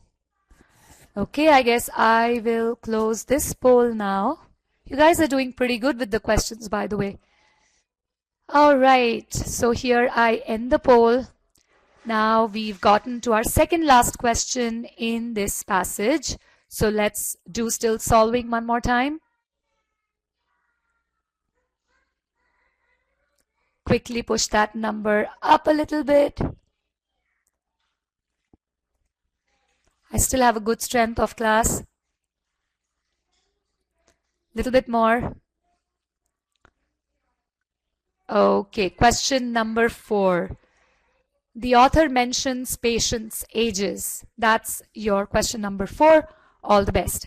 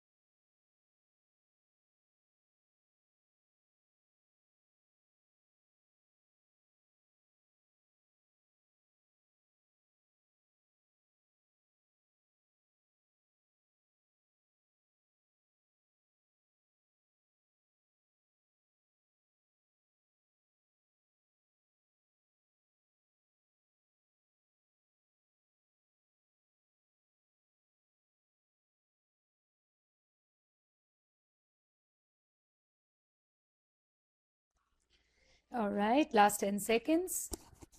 10, 9, 8, 7, 6, 5, 4, 3, 2, 1, 0.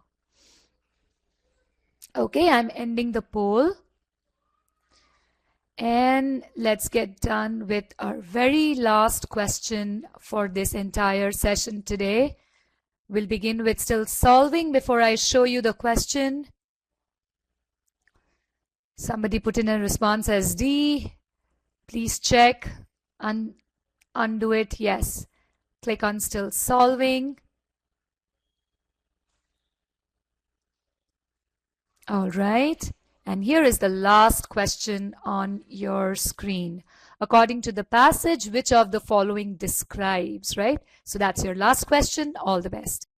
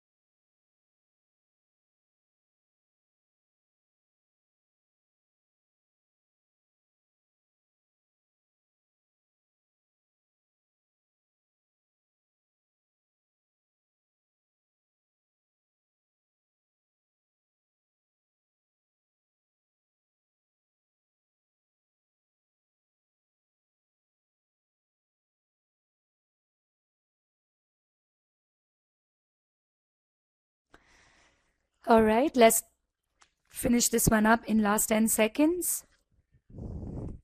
10, 9, 8, 7, 6, 5, 4, 3, 2, 1, and 0.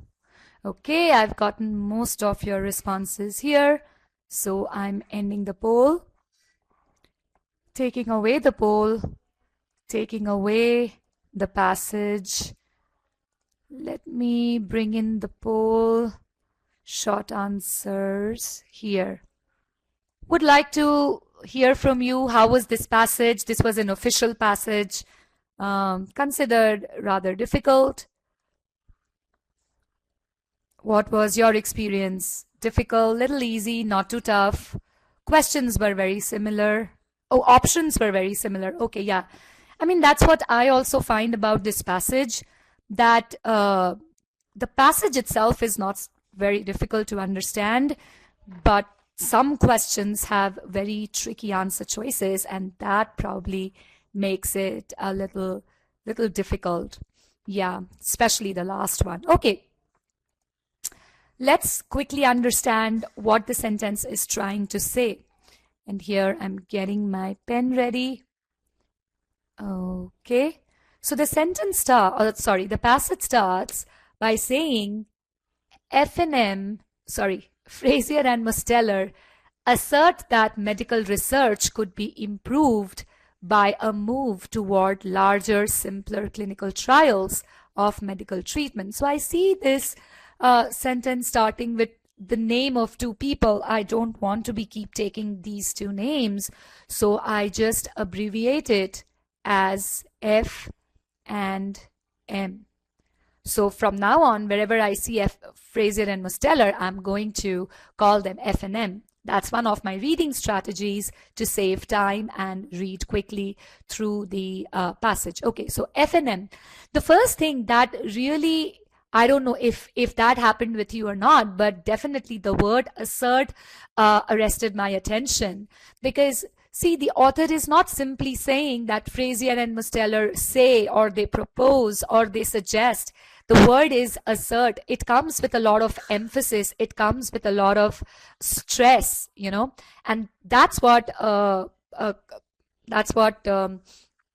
got me interested into the passage, as to they are so sure about what they are saying, that medical research could be improved. Okay, so they are suggesting something towards improvement of the medical research. And what do they suggest?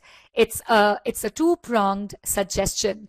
Let's make the clinical trials larger, and let's make the clinical trials simpler. So both the things. So I actually stopped after reading my first line, as I was trying to understand that what possibly am I going to read in this passage. And one thing that struck me about this line was F&M are suggesting, let's make the clinical trials larger, and at the same time, let's make them simpler.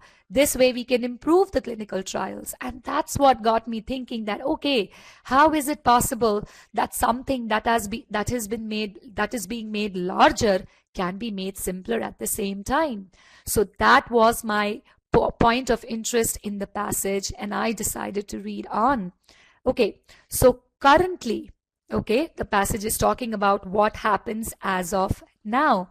Currently, researchers collect far more background information on patients than is strictly required for their trials. So we have a comparison going on saying that researchers collect way too much data, substantially more than hospitals collect. Now, the author has already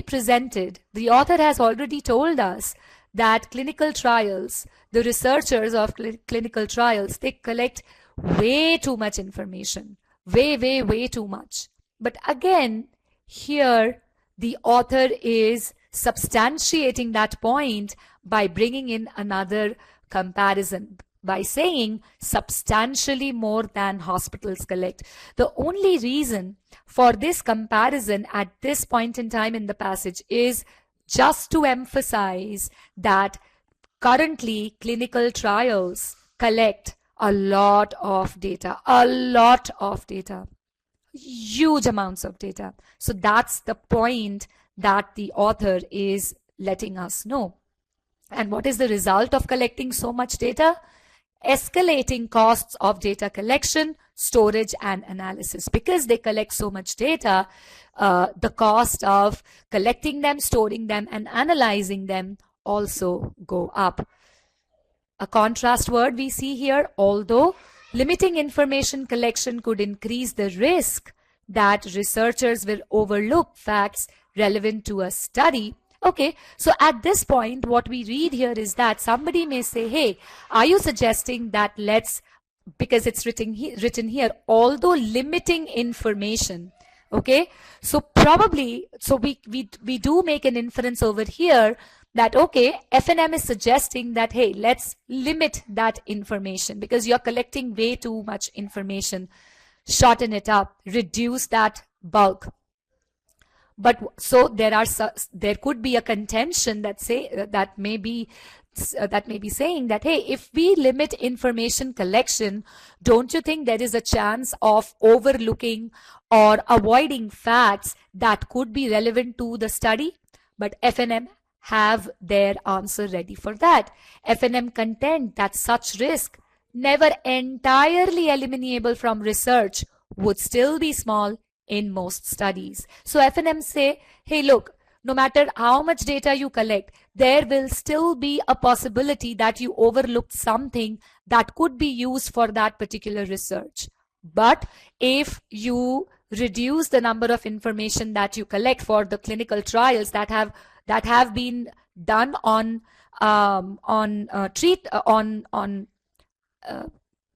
conditions that have already been researched, that risk will be very, very small, very, very small. They say that only in research on entirely new treatments are new and unexpected variables likely to arise. So they say, by the way, if you are doing a research on new treatments, an ailment that has never been studied before, go ahead, collect all that data. That makes sense. But if you are doing clinical trials on those ailments that have already been researched, you can definitely do with limited amount of information. So with this, we come to an end of our first paragraph, and basically the first paragraph talks about making the clinical trials simpler.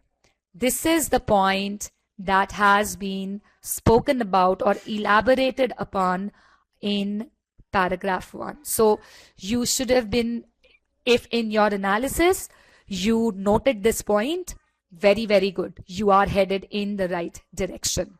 Although very exclusively, the passage does not say that, hey, this is what they are saying. This suggestion is towards making clinical trials simple. No, simpler. That is not, it's not exclusively said anywhere, but this is the inference that we draw from the information given in the passage. Okay, so now let's move on to paragraph 2. So the first paragraph dealt with the simpler part of the suggestion. Let's make the trials simpler. In the second part, as you have already read, the author has spoken about how to make these clinical trials larger. FNM propose not only but also, that means two aspects of the same thing.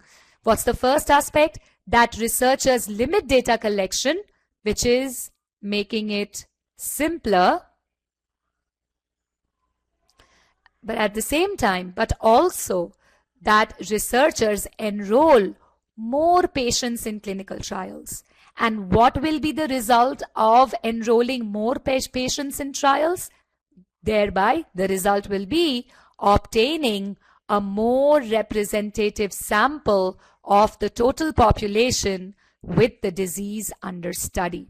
Okay, so at this point in time, we can safely infer that the way the current clinical trials are conducted, the results of those trials are not representative. They are probably limited, they are not representative. But what FNM propose, if that is done, then the samples would be more representative of the total population. Then the author goes on to add to this point, often researchers, which we are talking about the current researchers here, often researchers restrict study participation to patients who have no ailments besides those being studied. So these researchers in current days, they are very, very specific about selecting only those subjects who have only and only that particular ailment that is under study, that is being researched. They do not take anybody else in that. I mean, somebody may be having that particular ailment and something else added to that, but they don't make it to the clinical trials. A treatment judged successful, and that's what FNM is saying, that break that pattern. Enroll more people. Don't limit your subjects only to be having that particular ailment. Increase your horizon, increase your scope of subjects. A treatment judged successful under these ideal conditions can be evaluated under normal conditions. Very, very important to understand what the author is meaning by ideal conditions and normal conditions. What is the ideal conditions? The participant having only that particular disease and nothing else going on with him or her. But FNM say that, these are very, very ideal condition. But if you enroll more and more people, you will actually be conducting your trial under normal conditions, and then you will be able to evaluate the success of your treatment under these normal conditions. Because this is from our practical example. We human beings, how many times is it possible that at one point in time we are suffering only from one ailment? Nothing else is going on with us. That's really very, very rare, right? So that's why FNM say that enroll more people, you will be able to evaluate the efficacy or the effectiveness of a treatment in normal conditions, and the sample obtained will be more representative. Okay? Reading the last bit of this passage. Okay, we've done this here. Broadening the range of trial participants, we are carrying on the same thing, on the suggestion of FNM, who proposed that let's make the clinical trials larger. Broadening the range of trial participants, FNM suggests, would enable researchers to evaluate a treatment's efficacy for diverse patients under various conditions, and to evaluate its effectiveness for different patient subgroups. So when he said that you'll be able to evaluate the efficacy of a treatment in normal conditions, what FNM mean is that the researchers will be able to assess the efficiency of a treatment on different kind of patients with different kind of ailments. And they will also be able to evaluate the effectiveness of those treatments for different patient subgroups, for different kind of groups of patients. And then the author goes on to present an example of the same. For example, here on we read the example for patient subgroup. So what could be one patient subgroup? The author says, the value of a treatment for a progressive disease may vary according to patient's stage of disease. We can create an analogy here. We know that cancer is an ailment that has different stages. The more advanced stage one person will be at, the more serious is the disease at that advanced age. And from our common understanding of things, we do understand that the treatment for different stages is also different. So FNM suggests that if you enroll more people, you will be able to evaluate the effectiveness of a treatment on a large group of people. Suppose if you take 5 people, those who they have the same disease, but they are at different stages, you could see on whom the treatment works, for whom the treatment does not. That's what this line is saying. Then the passage ends with another example of patient's subgroup, which is on the basis of patient's age. Patient's ages may also affect a treatment's efficacy, and we all know it by practical example. People from all age groups get fever and cough and cold, but the dosage given to them for treatment is not the same. An infant will take a different dosage of a medicine, a toddler will take a different dosage, a newborn will be given a different dosage, and so according to different age group, the dose of a particular medicine also changes, right? So this is what the author is saying, that, or this is what rather F&M proposed, that if you actually enroll more people, then you will be able to evaluate the treatment's effectiveness on various kinds of people. So with this, we come to an end of the passage, and also the way we understood that the first paragraph was talking about making the trials simpler, the second paragraph talks about making the clinical trials larger, and what would be the benefits if these proposals are accepted. By the way, keep in mind, we are still at the proposal stage, right? Okay. So with this, let's do the passage summary. We understood that passage 1 was talking about, I've already said this, simpler. Passage 2 was talking about making the trials larger and the benefits of that. So this is the overall summary of the passage. Now let's deal with the questions and answers. I'm sure all of you are eagerly waiting for this part. Bringing in the polls. So the first question is definitely the main point question. What is the main point of the passage? And we understood that the passage begins with the proposal made by F&M, and it's a two-pronged proposal. Make clinical trials simpler, make clinical trials larger. The aim of the proposal is to make it more efficient, to improve the clinical trials. That's the purpose. Okay, so let me broadcast the results here, and let me show you all the answer choices. Choice D is actually the correct answer over here. If you have any questions, please put in Q&A. Short answers is for you to answer the questions that I may have for you. As you can see, you guys did extremely well with this primary purpose question. 72% of you landed on the correct answer. Choice C was, I mean, I can't even call it a close competitor, because 72% and 14%. So I guess I will let me just quickly talk about C. Evaluating an analysis of certain shortcomings of current medical research practices. Now, this particular passage, I've seen that the answer choices are it's such nicely crafted answer choices that you are bound to get confused. What is it saying? Evaluating. Evaluating means, as Harsha said, pros and cons. You take the negatives and you take the positives. Evaluating what?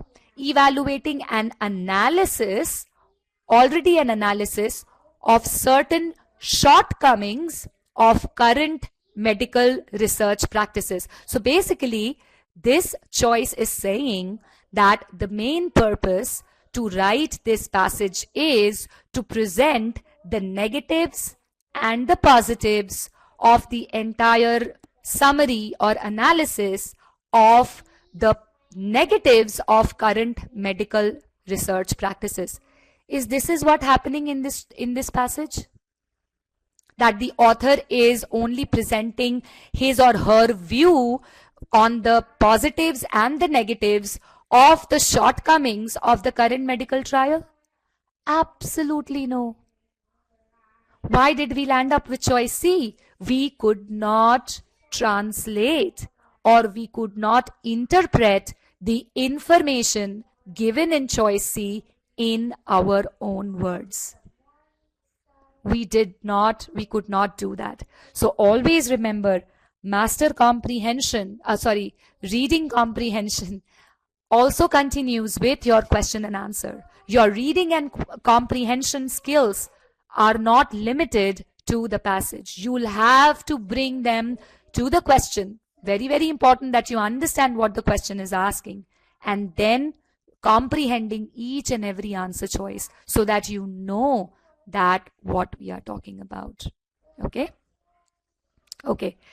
Let's move on to our question number 2. 2 and 3 both were inference questions. Let's take a look at the first inference question. A particular statement has been mentioned from the passage. This is in paragraph 2, and the question asks us that what can we infer about the studies mentioned in this particular statement. Basically, it's talking about what can we infer about the clinical trials done currently, okay, or in which they are selected who have no other ailments. Okay, so when we were reading this part of the paragraph, when author is saying that a treatment judged have no ailments besides anybody else, basically when we were talking about it will be more representative, at that point in time we had actually inferred that okay, the way the current clinical trials are done, because they are very selective about the subjects who will participate in the clinical trials, the sample is not very representative, right? So they were very limited in their results. So that is what we have mentioned here as first point. And of course, an inference can be the reword of the statements in the passage. So that's what you see over here as the second bullet point. Such studies only cover ideal conditions and not normal condition. This is our inference from this. And this is there in the passage also, that if they do so, then the efficacy of the treatment can be evaluated in the normal conditions also. That means they do not do the sampling in normal conditions. So these are the inferences that we can draw from that particular statement. Any answer choice that mentions any of this will be the correct answer. And as far as I remember, I think that most of you did select the correct answer, and I was right. 52% of you landed on choice A, which says its findings might have limited applicability. And this is what we understood when we were doing the passage.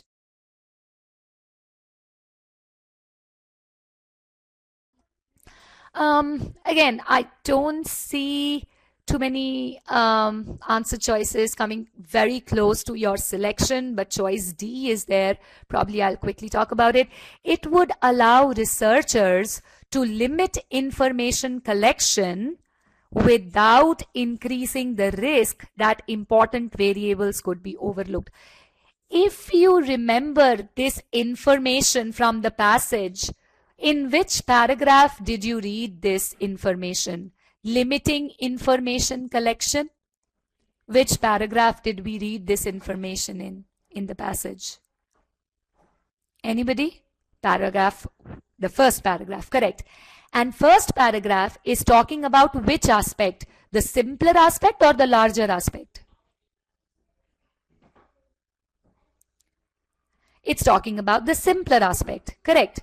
But your question is from the larger aspect, that increase the kind of subjects that you choose. This answer choice is totally out of context, and make a note of this point, because this changing the context in answer choices, the question belongs to some other context, but the answer choice will belong to some other context.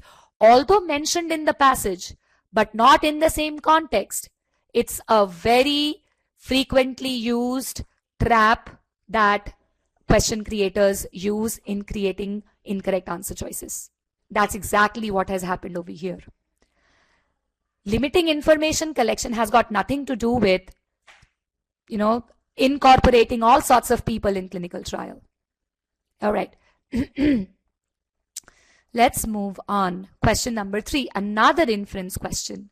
It can be inferred from the passage that a study limited to patients like those mentioned in lines, the same line we have, would have which of the following advantages over the kind of study proposed by FNM. And see, when you really translate the question in your own words, this is in a nutshell what this question is asking. So many words over here also many a times, confuses students, and they just can't figure out what the question is really talking about, because there's just too much going on only in terms of words, really not in terms of information. Okay, so basically the question is asking, talk about one advantage that you can think about the current clinical trials, or the way the clinical trials are done currently. So we know that the current clinical trials are done only on those patients who are suffering from that particular ailment and nothing else. So if we were to really call it an advantage, what would that be?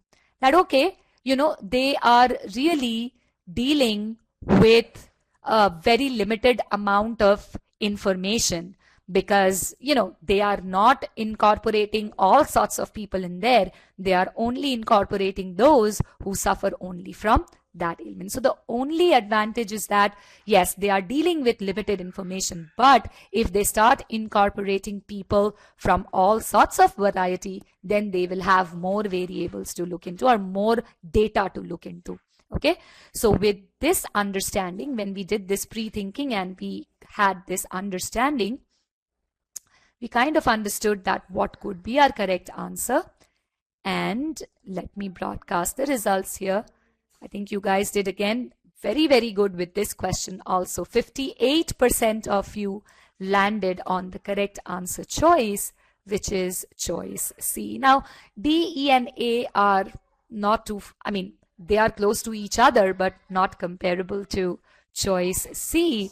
But you can take a look at these pointers and you can understand why these answer choices are incorrect. Okay. Yeah. So let's move on to question number 4. The author mentions patients' ages in the line, patients' ages may also affect a treatment's efficacy, primarily in order to. So what we are dealing with here is a functions question. Okay, the purpose. What was the purpose? Why did the author mention patients' ages may also affect a treatment's efficacy? So we know this is the very last line of the passage. So why the patient's age has been mentioned, the 2 points that we see is that it has been meant in the context that, hey, if you actually incorporate all sorts of people, then the efficacy of the treatment that you come up with can be evaluated in real life situation, which is the normal conditions, right? And this would be the advantage. This will be this, assessing the treatment on normal people, or normal conditions rather, will be the advantage of the suggestion made by FNM.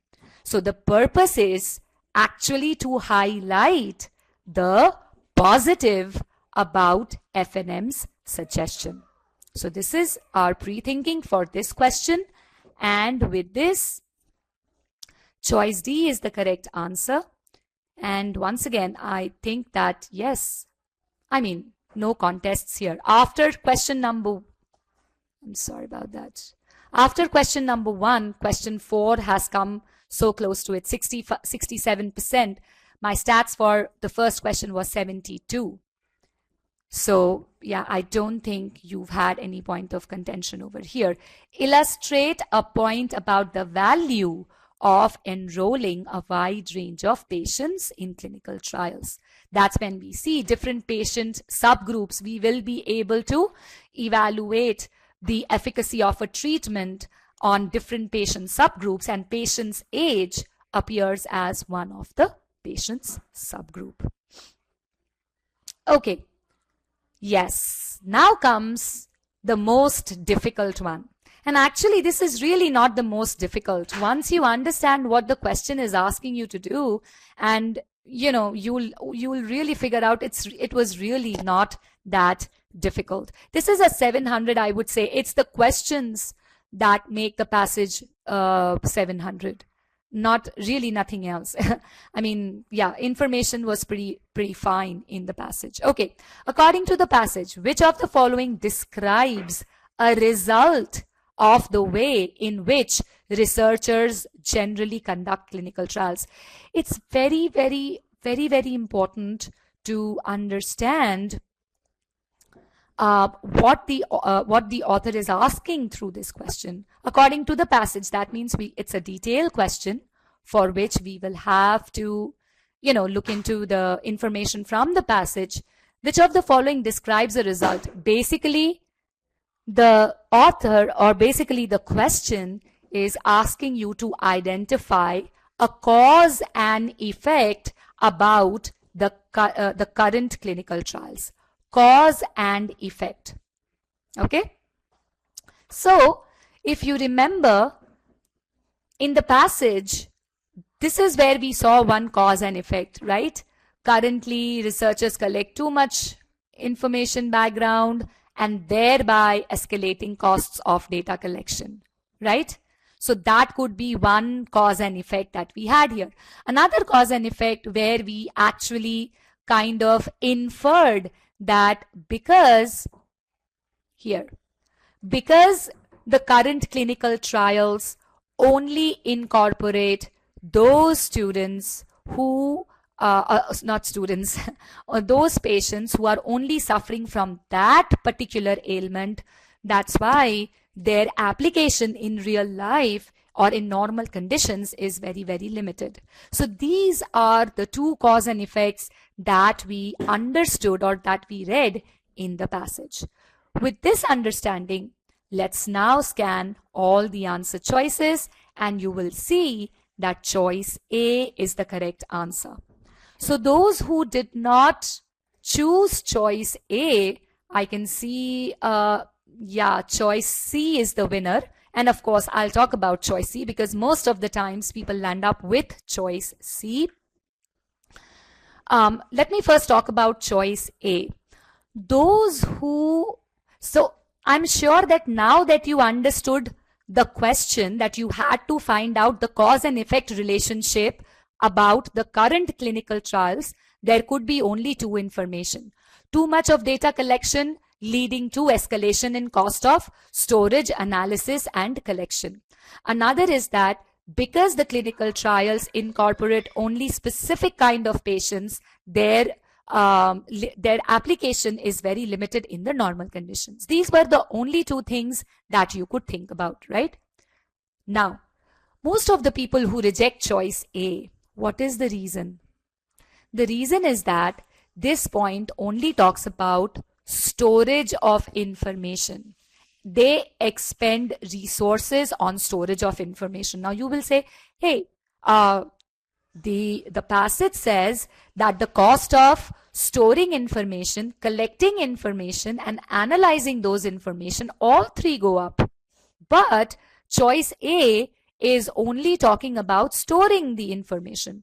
But tell me, even if this information has been presented in isolation, is it incorrect information?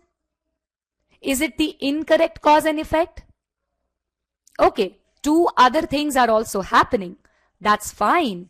But is the author incorrect in saying that because too much of data is collected, they spend a lot of money in storing that information?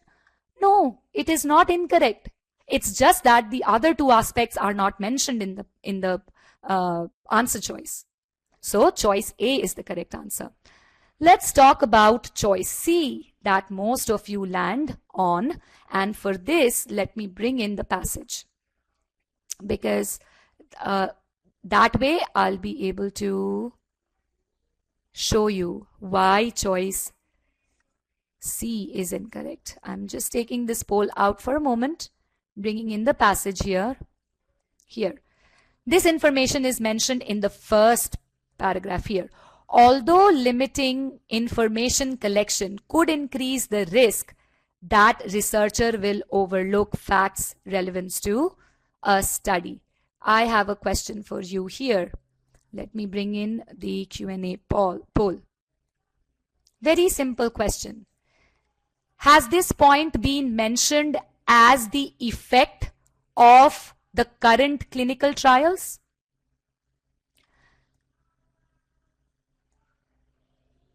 Simple, because that's what my question is asking. My question is asking that present me the result of the way the clinical trials are written. The result of that is they escalate cost of collection, storage, and analysis of the data. That's fine.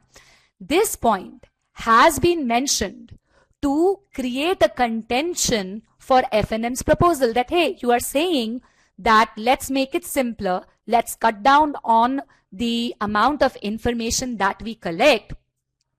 How do you think it's going to work out? Won't we miss out on certain variables? This point is a contention for the new proposal. This is not the effect of the way the current trials are done. This is the difference between, that's why choice C is so outrightly incorrect. Again, yes, this point is mentioned in the passage, but you did not put it in the right context of the question, because you did not process the information correctly. Okay? In any which way, the FNM say that will you be able to overlook any variable?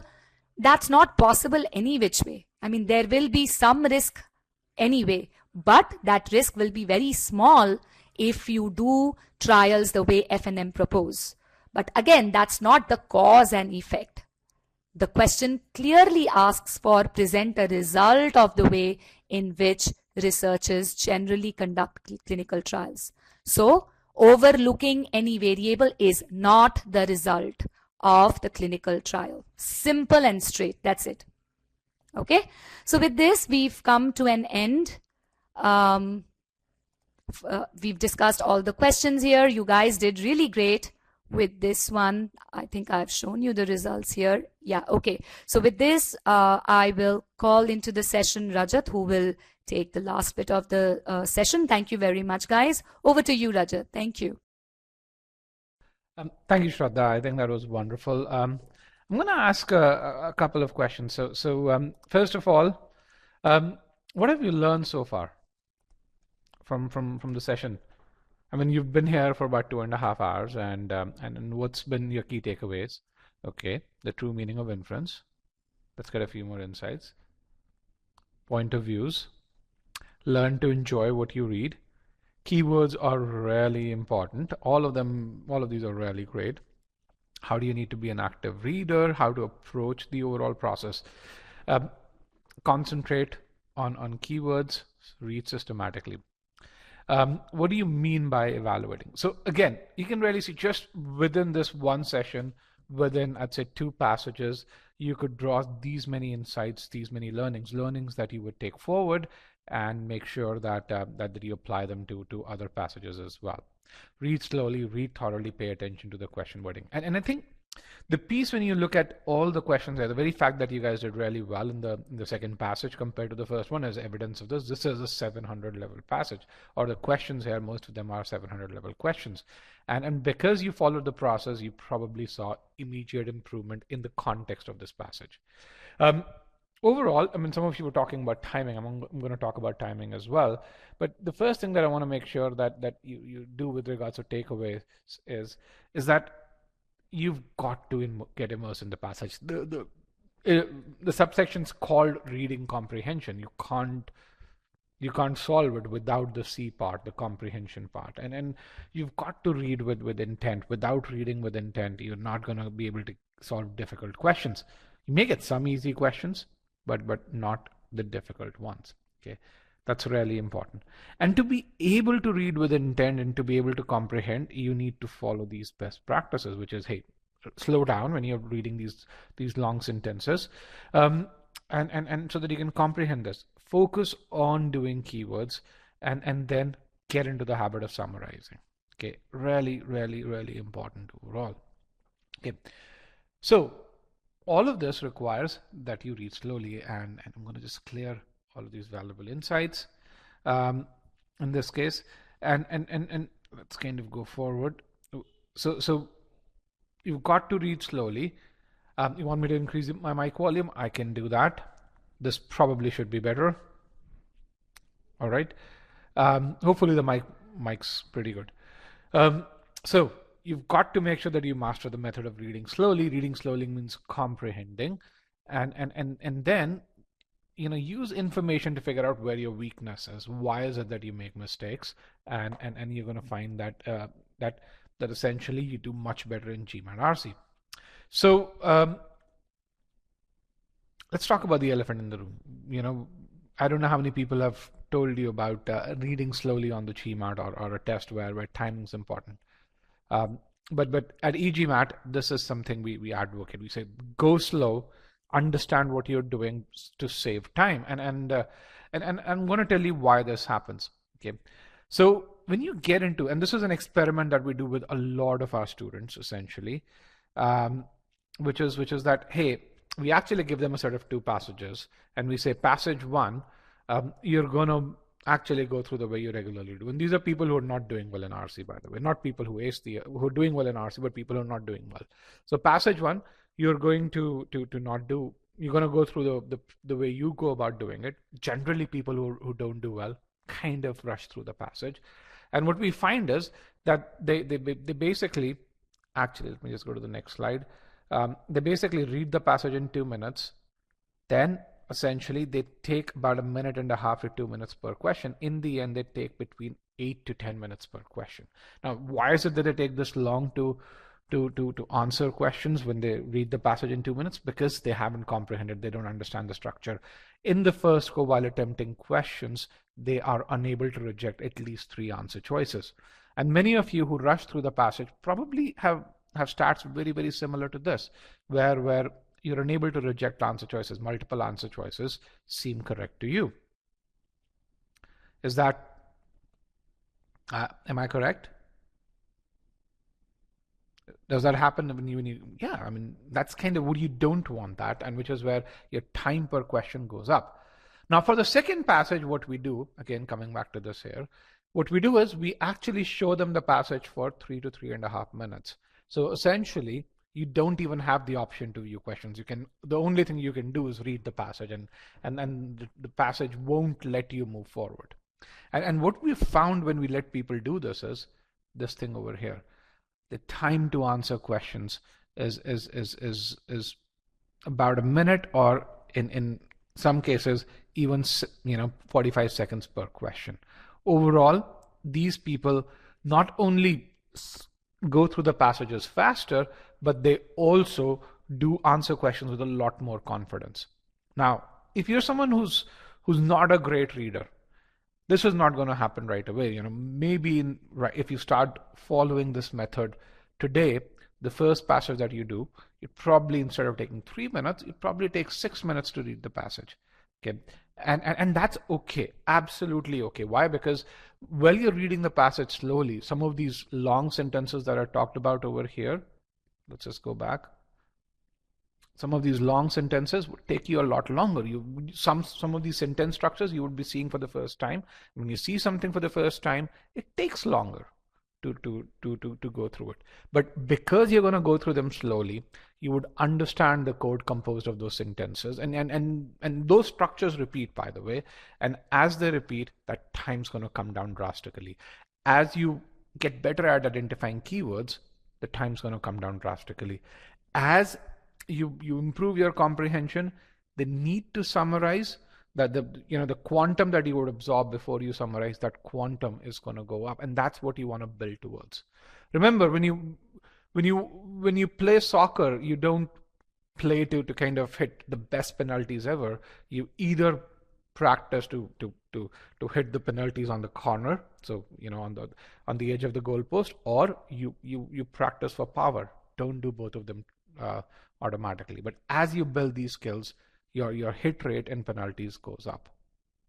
That's the same philosophy over here. So read slowly, and you would achieve this timing. Now, some of you may say, okay, how long will that take to achieve this timing? If you're a reasonable student who's at a 40th, 50th percentile ability, but you read to a reasonable degree, this is going to take about 12 to 14 passages of diligent effort done over 2 to 3 days. On the other hand, if you need more help, if you're someone who doesn't read, you'd probably need about 20 to 22 passages. But the thing which is there is, you won't have to wait for 22 passages for this to happen. You would start seeing that improvement from the 4th or 5th passage, regardless of which group you fall in. Does that answer the timing question? In short, does that answer that? Okay. How many of you are subscribed to our YouTube channel? Or our subscribers? Let me actually put in that yes, no poll over here. Okay. For those of you who are not subscribers to our YouTube channel, I would recommend that you subscribe to our YouTube channel. You connect with me on my LinkedIn over here. On our YouTube channel, we post about 2 success stories every week. It's the largest collection of GMAT success stories. And on my LinkedIn channel, we actually post about 5 articles every week or so. And as you do that, these are unedited journeys. These aren't e-GMAT reviews where someone says, hey, e-GMAT is great. This is what I did first. This is where I struggled. This is where I faltered. And this is what helped me get to a 760 or a 730. For example, yesterday we posted a student who scored a V47, which is better than 99 percentile. He actually didn't score.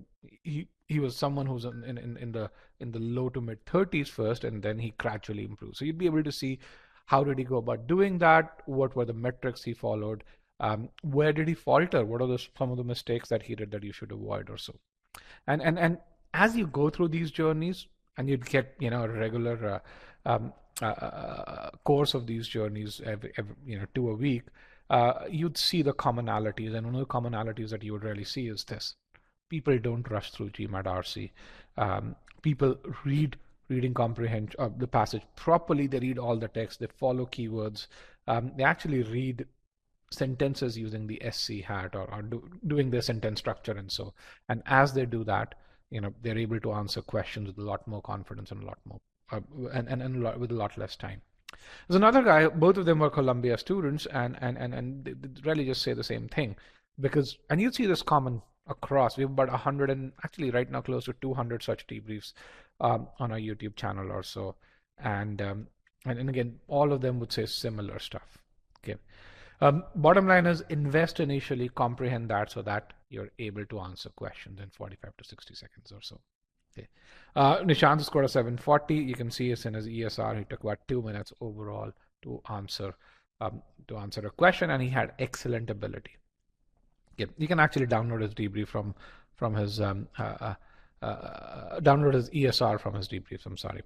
There's another guy, very, very smart guy, really good speaker, really good reader, but because he was rushing through the passage, in his first attempt, he ended up getting a V27. And again, he said, I was like you, many of you, he was forced to read the passage multiple times.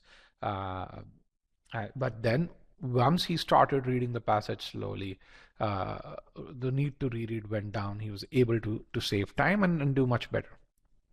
Okay. Would you be able to get the recording? Absolutely. You'd be able to get the recording. Again, this one says 175. I think right now this number is more like 185. This slide is about a month old or so. Okay. So how do you go about preparing? If you're an e-GMAT student, the way you've got to do is build this ability slowly. And how do you go about building this ability slowly? The first thing you've got to do is, if you're an e-GMATer, make sure you go through the master comprehension course. And this course talks about how do you read a sentence, how do you get to the building blocks of a sentence. It starts with a 2-word sentence, and over here in forming long sentences, we actually grow that 2-word sentence to about a 40-word sentence or so. Okay. And then from there on, we really talk about how do we deconstruct long sentences, how do we break them down. Then we talk about, while reading long sentences, how do you pause this? Okay. And then we go through the foundation concepts in reading strategies. Now, why are these foundation concepts important?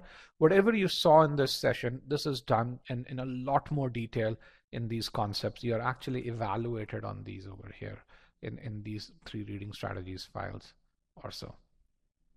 Okay. And then you go through the core concept files.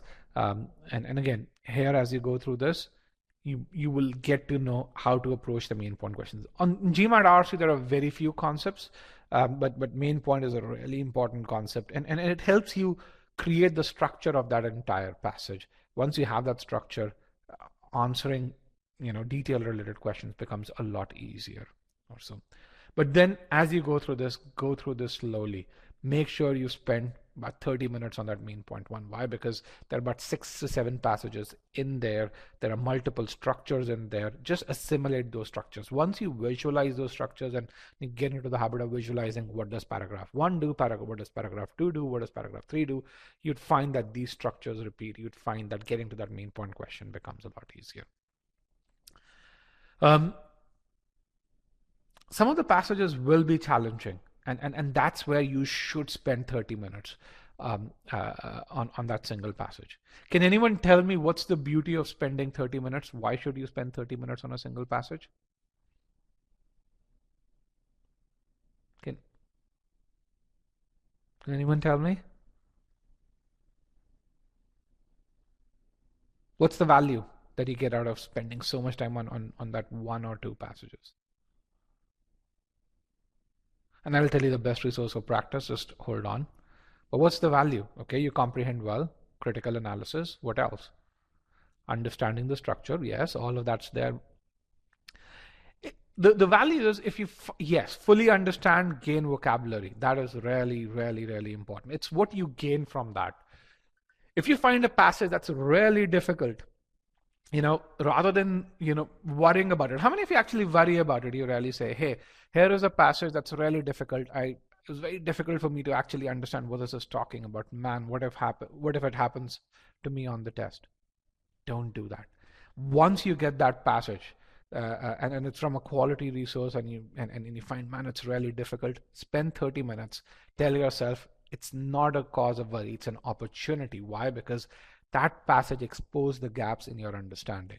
That is the passage where, if you spend 30 minutes, it's not going to help you on such questions, but even on passages that are around the same area but slightly easier. Why? Because you now know the gaps, and by spending those 30 minutes, you will be able to overcome the gaps. So how should you spend those 30 minutes? Look at the sentence structures where that stumped you.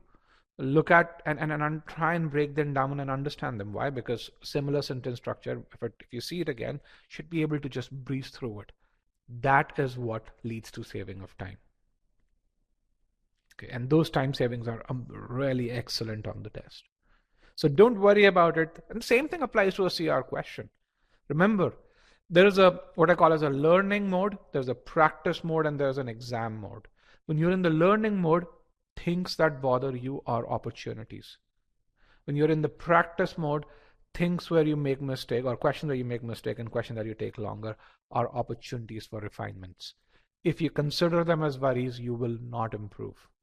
If you consider them as opportunities, you will improve consistently. You will not stop at a 720. You will get to that 770. Does that make sense? And let's answer this question here. I don't get all the questions correct in RC. I always end up marking at least one wrong answer among the group. How do you deal with that? That's a great question, very appropriate question. Given what I just said, how would you deal with the question that just came in? What is that one question? It is an opportunity. Why is it that you always get that one question wrong? Why do you think this guy continues to get that one question wrong based on what I just said? Because most likely, no, I would worry about it. Remember, I'm not saying don't worry about it. I would worry about it, and which is why I would spend time. Yes, because that person didn't spend 6 minutes on that question. He spent the same amount of time revising that question, most likely, as he spends revising other questions or so. And if that person is here, am I correct? You're not spending 6 to 10 minutes that question figuring out why did you make a mistake? How would you avoid a similar mistake or so? Which concept over there stumped you? Which modifier in the answer choice made your visualization go in the wrong direction? Am I correct in saying that? Yes. Yes. So do that. These are opportunities of growth. How would you get the recording? Or you'll get it in the email or so. So again, as a takeaway, make sure you're immersed in the passage. Make sure you're visualizing information. I mean, this is one skill. If you learn, you'd be golden, not just on verbal and not just on quant, but golden in general in analysis in your MBA as well as your post MBA jobs. These are tools. These tools, we've given you these tools, but don't expect them that they'd start working from tomorrow. That's not going to happen. They require conscious effort. If you don't put in the conscious effort, it would lead to more frustration than essentially benefit. So put in conscious effort and be willing to actually spend longer on passages early on. That's something which is going to happen. Focus on learning. The timing will fall in place by itself. Okay. And again, as you do that, even when you get to that 80th percentile, you will know where your weakness is. Use that data, which is kind of those mistakes that we were talking about, to figure out where those weaknesses are and put in the effort over there. Don't shy away from putting in that effort. Okay. Most people who actually get to a 95th, 97th percentile in RC don't solve hundreds of passages. Rather, they solve 50 to 60 passages, but spend a lot more time revising those passages. Okay. With that, I want to thank you guys for joining me today. I'd be happy to take on any question that you guys have. Also, I'd love to get some feedback on the webinar.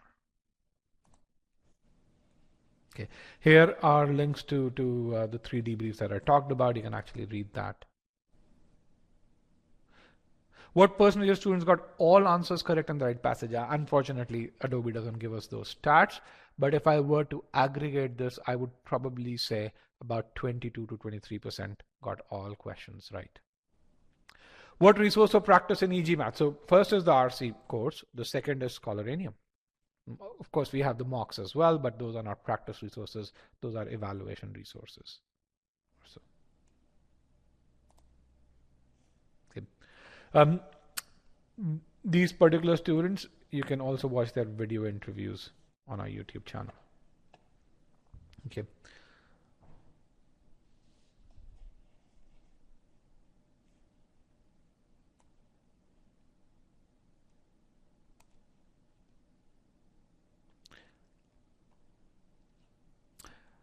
All right, let me just look at a couple of questions in the Q&A part. How do we provide support and how can you be, the part of the LMP program? I guess you've heard of the LMP program or so. So at e-GMAT, we kind of tailor our support to your different stages of learning. For example, when you buy the course, we help you with building your study plan or so. We've actually a tool that does that. If you have any clarity, you write to us and we respond back. Most of the time we'll actually send you a PowerPoint or a PDF with the sequence of study, how long we expect for you to study, and so on and so forth. So that's stage one of learning. Then you actually go and learn, because that's kind of where you're building all the concepts. A platform's designed to give you feedback, and when every activity that's there on our platform has technology built in that tells you if you're learning that activity properly, it tracks that time, and so on and so forth. If you go on our website, on the home page, you can actually see how that tracking works. Then as you go into your second stage, you do a cementing quiz, which is where you go from that 55th percentile to that 70th percentile or so. If you do stage 1 well, you're in that 50th to 55th percentile zone. Then post that, we take you to the 50 to the 70th percentile zone, and we have specific quizzes called cementing quizzes that we do that. Now, remember this, if the platform tells you that you need to budget about 40 hours for RC, stage 1 will take about 28 hours. That's the right kind of foundation or so. And then stage 2 and stage 3 would take the remaining 12 hours or so. But you'd go from that 55 to that 90th percentile in stage 2 or stage 3. So there's initial effort, which is more, and then there's score increment, which is more towards the last two. But without the initial effort, there won't be that foundation for score improvement. So then you go through and do cementing. If you falter during cementing, you tell us and we'll tell you why you're faltering.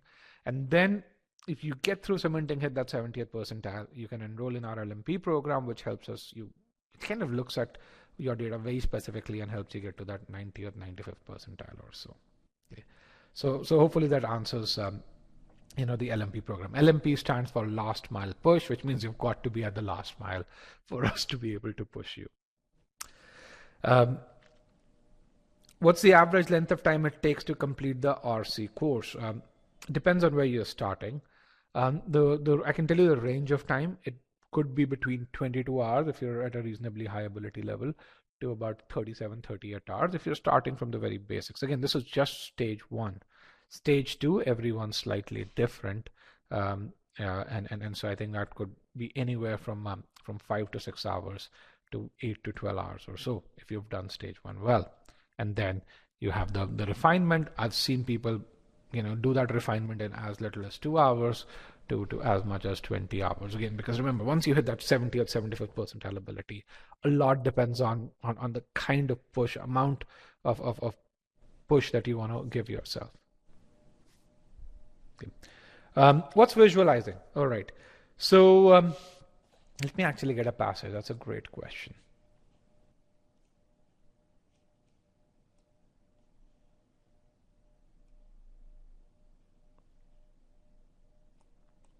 Let's see again. So visualizing is kind of reading and imagining, if I were to really say. It says Shaq was considered the most dominant basketball player of his time. I mean, when I read this statement, the way I would visualize it is that, hey, for me, there'll be a ton of basketball players and this guy's kind of standing heads and shoulders above him. So that's kind of a way for me to really say dominant. He probably won more trophies. And again, I'm not a basketball fan, so I don't know a whole lot about him, but that's how I would visualize it. Okay. Some analysts even consider him to be the most dominant player of all time. So now I'm going to expand the time axis to really say, hey, it's not just if Shaq was a player in, let's say, 2010. There are these analysts who really say not just in 2010, but also from 1940 to let's say 2020 or so. That's visualization. Okay. And the word even is just a keyword as I stated over here. It just talks about how much of a dominant player it is. So it's a comparative word. It emphasizes it to the extent of dominant. Okay. Similarly, the next statement here, GDP or gross domestic product is increasingly a poor measure of prosperity. What it really means is, hey, GDP may be high, prosperity may not be. Poor measure. That's what a poor measure does. It is not even a reliable gauge of production. So it's like, okay, it's not just prosperity, for production, GDP may be high, production may be not as great. Okay, so that's visualization. Does that help, Mehak, about visualization? And again, this may seem like, hey, this is a lot of effort, and it is. You will be taxing your brain, but essentially, as you visualize more and more, this is going to come a lot more naturally to you. And it's not going to just help you in RC, in critical reasoning, or a lot of times you have comparisons, a lot of times you have segments. Without visualizing, you can't do critical reasoning. Because typically the wrong answers in critical reasoning would talk about a segment that the passage is not concerned with.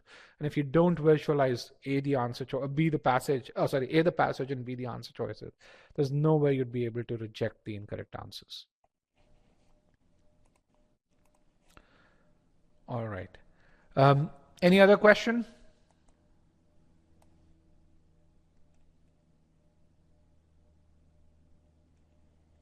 Okay, guys, with that, thank you guys for joining me today. It was wonderful. Oh, I have another question. Okay. For people scoring above V40, 41, how many questions are a good attempt and how do they manage the ones they don't? I mean, Harshad, I'm going to infer what you're trying to say over here. What you're asking is if I'm V40 or V40 is a 91st percentile, 41 is a 94th percentile. How many questions are a good attempt? You probably are asking what's the accuracy on that and how do they manage the ones that they don't. So I think one thing which a lot of people kind of worry about with regards to this is my performance on the GMAT. So let me answer this question in two parts. So V40, V41 out of 36 questions, how many do they answer correctly? The range lies between 26 and 31. And the difference really is essentially as to where they make mistakes. If you do a lot of the medium difficulty questions correctly, and you make mistakes primarily in the hard ones, then you'd probably make more mistakes because you'll get more hard questions. Even a 90th percentile student in RC makes mistakes in 3 out of 10 questions. So that's something that happens. So 70% accuracy in hard questions leads to about a 90th percentile ability or so. So that's one piece. So you've got to get into the hard zone. Now for medium questions, a 90th percentile student probably gets 95% of those correct. So that's it. That's the hallmark of a 90th percentile student or so. Okay. So you get into the hard one very quickly, and then you still answer 3 out of those 10 questions incorrectly. Now, how do you manage the ones you don't? You just plow through. I mean, you are a 90th percentile student before you enter the test. I mean, that's how you much need to test your prep. That's how much you actually need to have them, track your preparation, have those metrics. If you're an e-GMAT student, scholarly metrics are very, very, very reliable indicator of whether you are a 90th percentile student or not. Your sigma x marks are a very reliable indicator of that. So you tell yourself there will be some questions that you won't get head or tail off, and that's all right because you're a 90th percentile student, you're or a 94th percentile, you're not a 99th percentile student yet. Even 99 percentile students would get a couple of questions wrong. What they don't do is they don't waste time on questions they know that they can't get to. Or in other words, they don't attempt the test any differently than how they've been attempting mocks. If you've been scoring 90th percentile on mocks, you would get 90th percentile on the real GMAT. So don't change anything. Okay. I have another question here. Again, guys, the questions in the left part would be very easy because on the right part, I have to scan through and figure out which statement is a question, which one's not. SC level 0 and it's 60% completed in 15 to 16 days. Is that normal? It is. I think as long as your scores are fine, that's okay. Remember how much you complete as a function of how many hours you put in, and by the way, how many files do you have to revise? The SC course is about 92 activities. Each activity is about between 25 to 35 to 40 minutes. And if you have to revise 15% of the activities based on the feedback, then yeah, it's very, very possible. Yes. Especially if you're starting from a fairly low ability. Yes, absolutely. Okay. All right, guys, with that, I want to thank everyone for joining me today. It was excellent having you guys. We have a number properties webinar tomorrow. Please, take time out to attend that as well, and you'd be blown away with the kind of insights you get over there. Thank you and have a wonderful day.